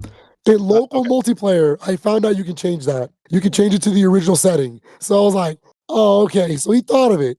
That's cool. It just plays like this arcade game and it hits every time. You get a checklist mark, it hits, bro. It's like crack. You sit there and you play one, bro, and you're like, all right, that was cool. Whoa. Oh, you check, I feel it. you play race. Hey, check mark. You're done. And I'm like, Yeah. whoa, I get something for that. I gotta play again, and you just do it again and again, and you just keep going until you unlock. Dopamine. Dude, Hold it. I couldn't put it down. It's so good, and I'm still playing it. It's in my Switch 2 right now. Actually, Talk about I'm hitting. trying. I'm trying to get It the be true ending right now, but yeah, it's so I feel good. it. Okay. All One of my right. favorite games this year or 2025. Probably one of my favorite games this generation. So Oy. I really love this game. I didn't think they could do it, but Sakurai, you proved me wrong, like you always do. I never doubt you. I don't know why. Sakurai always winning. I like to see that happen. Glad you cook with Kirby Air Riders. Got that opportunity to just work on it again. This is my first time playing anything of the two titles. It's my first time playing it. I never played Kirby Air Ride. Chaotic enough. It was fun to play. Mechanically, it was probably like a little odd for me to get used to. I have to say that. It's unfortunate that it kind of fell in between like November and December when there's a whole bunch of other games like popping up. But granted, if you're just focusing on Nintendo first party, then yeah, November was Kirby's month. So it had its audience for it. Number Two. two runner Number up. two. Number two. The runner up. The runner up. Last ones before we go into number 1. Yeah. This game is literally amazing. It is like it's the dopamine hit for me, even more so than Hades 2. And the only reason is because I felt burnt out on that one. Because it's a roguelike. That's kind of the nature of that, honestly. But this one stands in its own right for being a series that has been revitalized for what's been a very long time since we've seen a previous title for it. But it's Shinobi Art of Vengeance. Oh, This okay. Ooh. it is. I've been meaning to get around to that game, man. It's sick. Dang, that's It's like crazy. so like imagine kind of just like the typical like you go like left to right like a Mario based like platformer, but then you add combos into it. And you're like, wait, actually I can kind of cook with some of these combos early on, and then you just kind of build up on that. There's like definitely a ceiling which like you can't really get any better than this. You could just like start chaining stuff, but like it's still like always fun with the engagements on it. Each map kind of acts as its own kind of pseudo Metroidvania within its own map, where you'll definitely come across obstacles where it's like, oh, well, you don't actually have the power for that one, so you should definitely come back next time you do it for like completion's sake. Yeah. I think I've pretty much gotten all the collectible stuff, but they have like a boss rush mode at the very end, and that's like, oh, that gets a little tough. But once you learn a lot of the mechanics, you can really finesse those bosses like pretty quickly. So I'm really surprised by the level of depth that this game had as far as just the combat aspect of things, let alone how fun it is just to kind of run around and use your abilities just to traverse and everything like that. It's really crazy. I think when you see the I forget what type of missions they are. There's only 2 of them or 3 where it's like it's an auto scrolling one and you're just like riding around. Like it's so incredible because the art style like lends itself like really well to the background and to the action. It's music's phenomenal. Lizard Cube like really knocked this one out of the park. I don't there's not really much else to say. Like you just gotta play it. Like it's such like this is part of the initial wave of Sega's like classics returning, and it's starting off really strong with this one. So I'm looking forward to seeing more of Sega's like IPs like coming back. Yeah, the auto scrolling stage wasn't it like horseback riding or something. Kind of like that. Yeah. Nah, it's from 3. From Shinobi 3. Yep, Shinobi is such a clean series. Personally, when any kind of like hand drawn approach for graphics or just like how the game looks, I'm already hooked. This game looks beautiful. The art direction for this game, like I have it, but like honestly, dog, oh boy. I mean, I don't know how it feels in terms of like the sales. I hope it did well because this game, whoever talks about it, never has any like downsides for it. Whenever it's given its like just dues, puts a little smile on my heart, dog. Shinobi's deserves it, honestly. Especially from what I've seen. I'm glad that was your runner up, dog. It's good to hear. Very Well said. nice. Very nice. All right, yes. Oh boy. Now Number for the two. gold medalists, or the number ones of my top 5. Go ahead, let's do it. I'm stupid. It doesn't even have a physical copy. Mine doesn't have a physical copy. Uh-oh. It would be cool though. Wait, or am I stupid? Does it have a physical copy? And I don't know. No. I waited long enough. We all waited long enough. And I mean, like, this is probably the first game I've ever heard that even reached this status. Game development heaven. The game was already good, but like the game devs were like, we're having a lot of fun, so you guys gotta. It's worth it, but y'all gotta wait for a second. But like, bro, and it was worth it, honestly, because it's a sequel. But in terms of like it's what it carried from the first one and how it stands out from what it's able to give you in this one, I think is well enough to where like it's a good installment. And I think it's worth the wait because with a game like this, in terms of like the love and care it was able to get, again, didn't finish it. And just like most games that probably in my ever revising, right? Because I'm always changing it. In my top games of all time, I'm always a fan of games that like, even though it's challenging, if there's still like engagement from the mechanics itself, to where like no matter how hard it is, I'll keep playing it. That's usually the kind of games I'll always like that stick close to me. Cause bro, as soon as this game was announced, I was just like, you know what, man? I'll never question the dev like that ever again. Cause bro, my number one, bro. Yeah. Yeah. Yep. I don't think I've ever heard game development heaven in my life. I don't think so. And it's worth it. Because like what you got from this game on top of what free DLC, I feel like I robbed Team Cherry. Like I feel like I robbed them. Because like I'll pay for it. Like why would I not? I'm not even finished. This game is so great. Okay, hold on. And in terms of how it separates itself from like the original Hollow Knight, of course you get the engagement of like a very intricate Metroidvania. Cause bro, I got the physical copy. I forgot who it was. Phil, who was the one who got the physical copy for Hollow Knight? Because it was a limited run. Fangamer. Okay. Fangamer did this thing where they give you the instruction manual or like the little little booklet that comes with like cases and stuff. Mm-hmm. It had the map of the game. And like when you 1-to-1 how the game actually plays out and then what you see in the little map it gives you, bro. First of all, the collector's edition showing like how much of a fan you actually are for that title. Like they replicated it again, but still give you like a separation of like how Hornet plays as opposed to like the Knight. She has like, there's probably more, but I think I have like 5 different play styles, like her movesets she has. I think the one I like gravitate to because it's like you get Hunter, Reaper, Witch. Like you get some crazy abilities with Hornet in this one. And I'd assume like on top of other things, if you're willing to explore, you're rewarded for it, as opposed to just feeling like it's super aimless.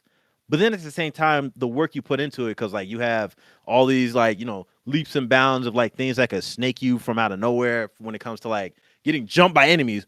Brother, there's a dog leech. I don't know what the hell it is. And I hate it with a vehement passion. And then like as soon as you get like the best approach of like what your most applicable fighting style is, you can just enjoy either having like very aggressive or very tactful fighting. Also, what's the characters as well, like the NPCs that you meet or like rivals and all that noise, like everything is just like what, like why, like what? Is there Fun like fact, a way that they're millionaires, but like Team Cherry, like you got a Patreon? Like let me just give you some more. I want to make sure that they're never without whenever they want to develop. Yeah. It's so good. I love it. So, fun fact, the dev and creator of Stardew Valley did a voice in Hollow Knight Silk Song. He did not tell us which character though, but he is somewhere in the game. I'm gonna find him. I'm find that dude. Concerned ape, but he did not tell us what character. He's I gotta don't be really know the what he sounds like. So. Yeah, right. Bro, the stupid little like, it's like this is one of the lava miner characters. I don't know. He's like they sound old, but they're like little round, like pudgy little beetles, and it's just bro. The personality in each of the enemies and like the characters themselves, just all of it has like a standout thing for them, and I love it. I love the fact that I was able to get this and then also, funny enough, this picture I have behind me it says the Switch 2 edition. I had a point where I went to I think I went to Vegas like last year, and then I just played a lot of it. I usually had a handheld. I'm just you can't beat it with a bat, guys. This game's great. This game is worth the wait, and I'll play it like 10 times over. Like I really would, no matter how hard it is. It's difficult as hell. But yeah, number one, baby. Number one. Love it. Oh, Love it. gold medal. All right. Okay, my number one was a game. Oh man, I'm fading fast. I'm fading. Yeah. My number one was a game that I played the previous entry in the series, or I guess in the whatever the last one was with Frank, and it was really fun. So when this game came out, I was like, we have to play this. Like we have to play it. And sure enough, we eventually did play it. It was super fun. Story was cute, very, heartwarming. And of course, multiplayer games are always fun when you play with the one you love. But my number one is Split Fiction. Oh, Again, I love these type of games. I love the fact I didn't have to buy the game. All I had to do was download the thing. You could play it. We had played It Takes Two, and man, I loved that game. The game was so fun. The little mini games and everything. It's no surprise that I also really did enjoy Split Fiction. I liked the story that you get to switch between, fantasy and like futuristic sci-fi. I think that was pretty cool. So I picked the fantasy character. Frank picked the sci-fi character, and it worked out pretty well. I thought it was really fun. I had a really good time. Like I said, I like cool, like fun multiplayer games like that. I think it had, like I said, a good story, good overarching theme. It wasn't too terribly difficult, it was platforming and this and that. I do miss the mini game aspect of it from It Takes Two. Throughout the game, It Takes Two had like a bunch of like mini games you could play along the way. Split Fiction did not have that, unfortunately. It kind of loses a little points a little bit because I did enjoy competing with Frank on that. But it was cool, like the way like they did like the whole like split fiction thing, and it especially towards the end when like things start to like fall apart and it kind of like all merges together. The way they did it was like really cool. I really enjoyed that. So another hit from what's his name? Joseph Ferris, whatever his name is. Yep. Another yeah, hit. He's bringing out some bangers. Like, was it A Way Out, right? Mm-hmm. And then A Way Out. Yeah, and then it was It Takes Two. Okay, It Takes Two, and then Split Fiction. Yeah, I like that he still continues the multiplayer aspect, and the fact that only one of you has to have the game. That to me is a big thing. So that is nice. Good choice. That's a good choice. It was very fun. It was my number one game. Nice. Hey, gold medal. More of that. Hell yeah. My number one is not a shocker. It's not a shocker to anybody. To the surprise of no one. Absolutely no one should be shocked that this is my number one. I'm a fan of the team. They made literally my favorite games of all time. And when they said it was going to be this character and not the other, I went, wow. Okay. And I'm glad they did. Because you know what? Donkey Kong Bonanza really is that good, man. Very nice. It is that good, huh? Good work. Good, bro. I'm glad it's not a Mario game, even though it's by the Mario team. Like, it feels very much like a Donkey Kong game in the sense that he's heavier, he punches things, it's more action oriented. Like, I'm not going to spoil it here, but that entire ending sequence is freaking out of here. Like, what the hell was I looking at? Like, as a fan of the Donkey Kong series, I could not believe what I was looking at. The game is phenomenal. The visuals are outstanding. It really does push the 3D platformer genre forward again. And I love it. This is a game that's going to define the Switch 2. It's one of those Switch 2 defining games for generations to come, for sure. I rock with it. As of right now, this is the Switch 2's Mario Odyssey, for sure. Currently, my favorite Switch 2 game of all time right now. Okay. Aniyah said most of what I wanted to say, so Like, can you really? Is there any downsides? You know, bro. It's it too probably color. gets- It's too colorful. I'm like my Yeah. eyes. Oh man, it No, probably drags a little too long at the end, but maybe, yeah. I feel like if it cut maybe 2 levels out, it would have probably been like Mm. a little bit better paced. But oh, okay. having said that, I 100% of the game, including the post game. So Including the Nice. post game. I also Okay. played the DLC. The DLC is not my favorite. Yeah, I The gotta. base game itself is amazing. 10 out of 10.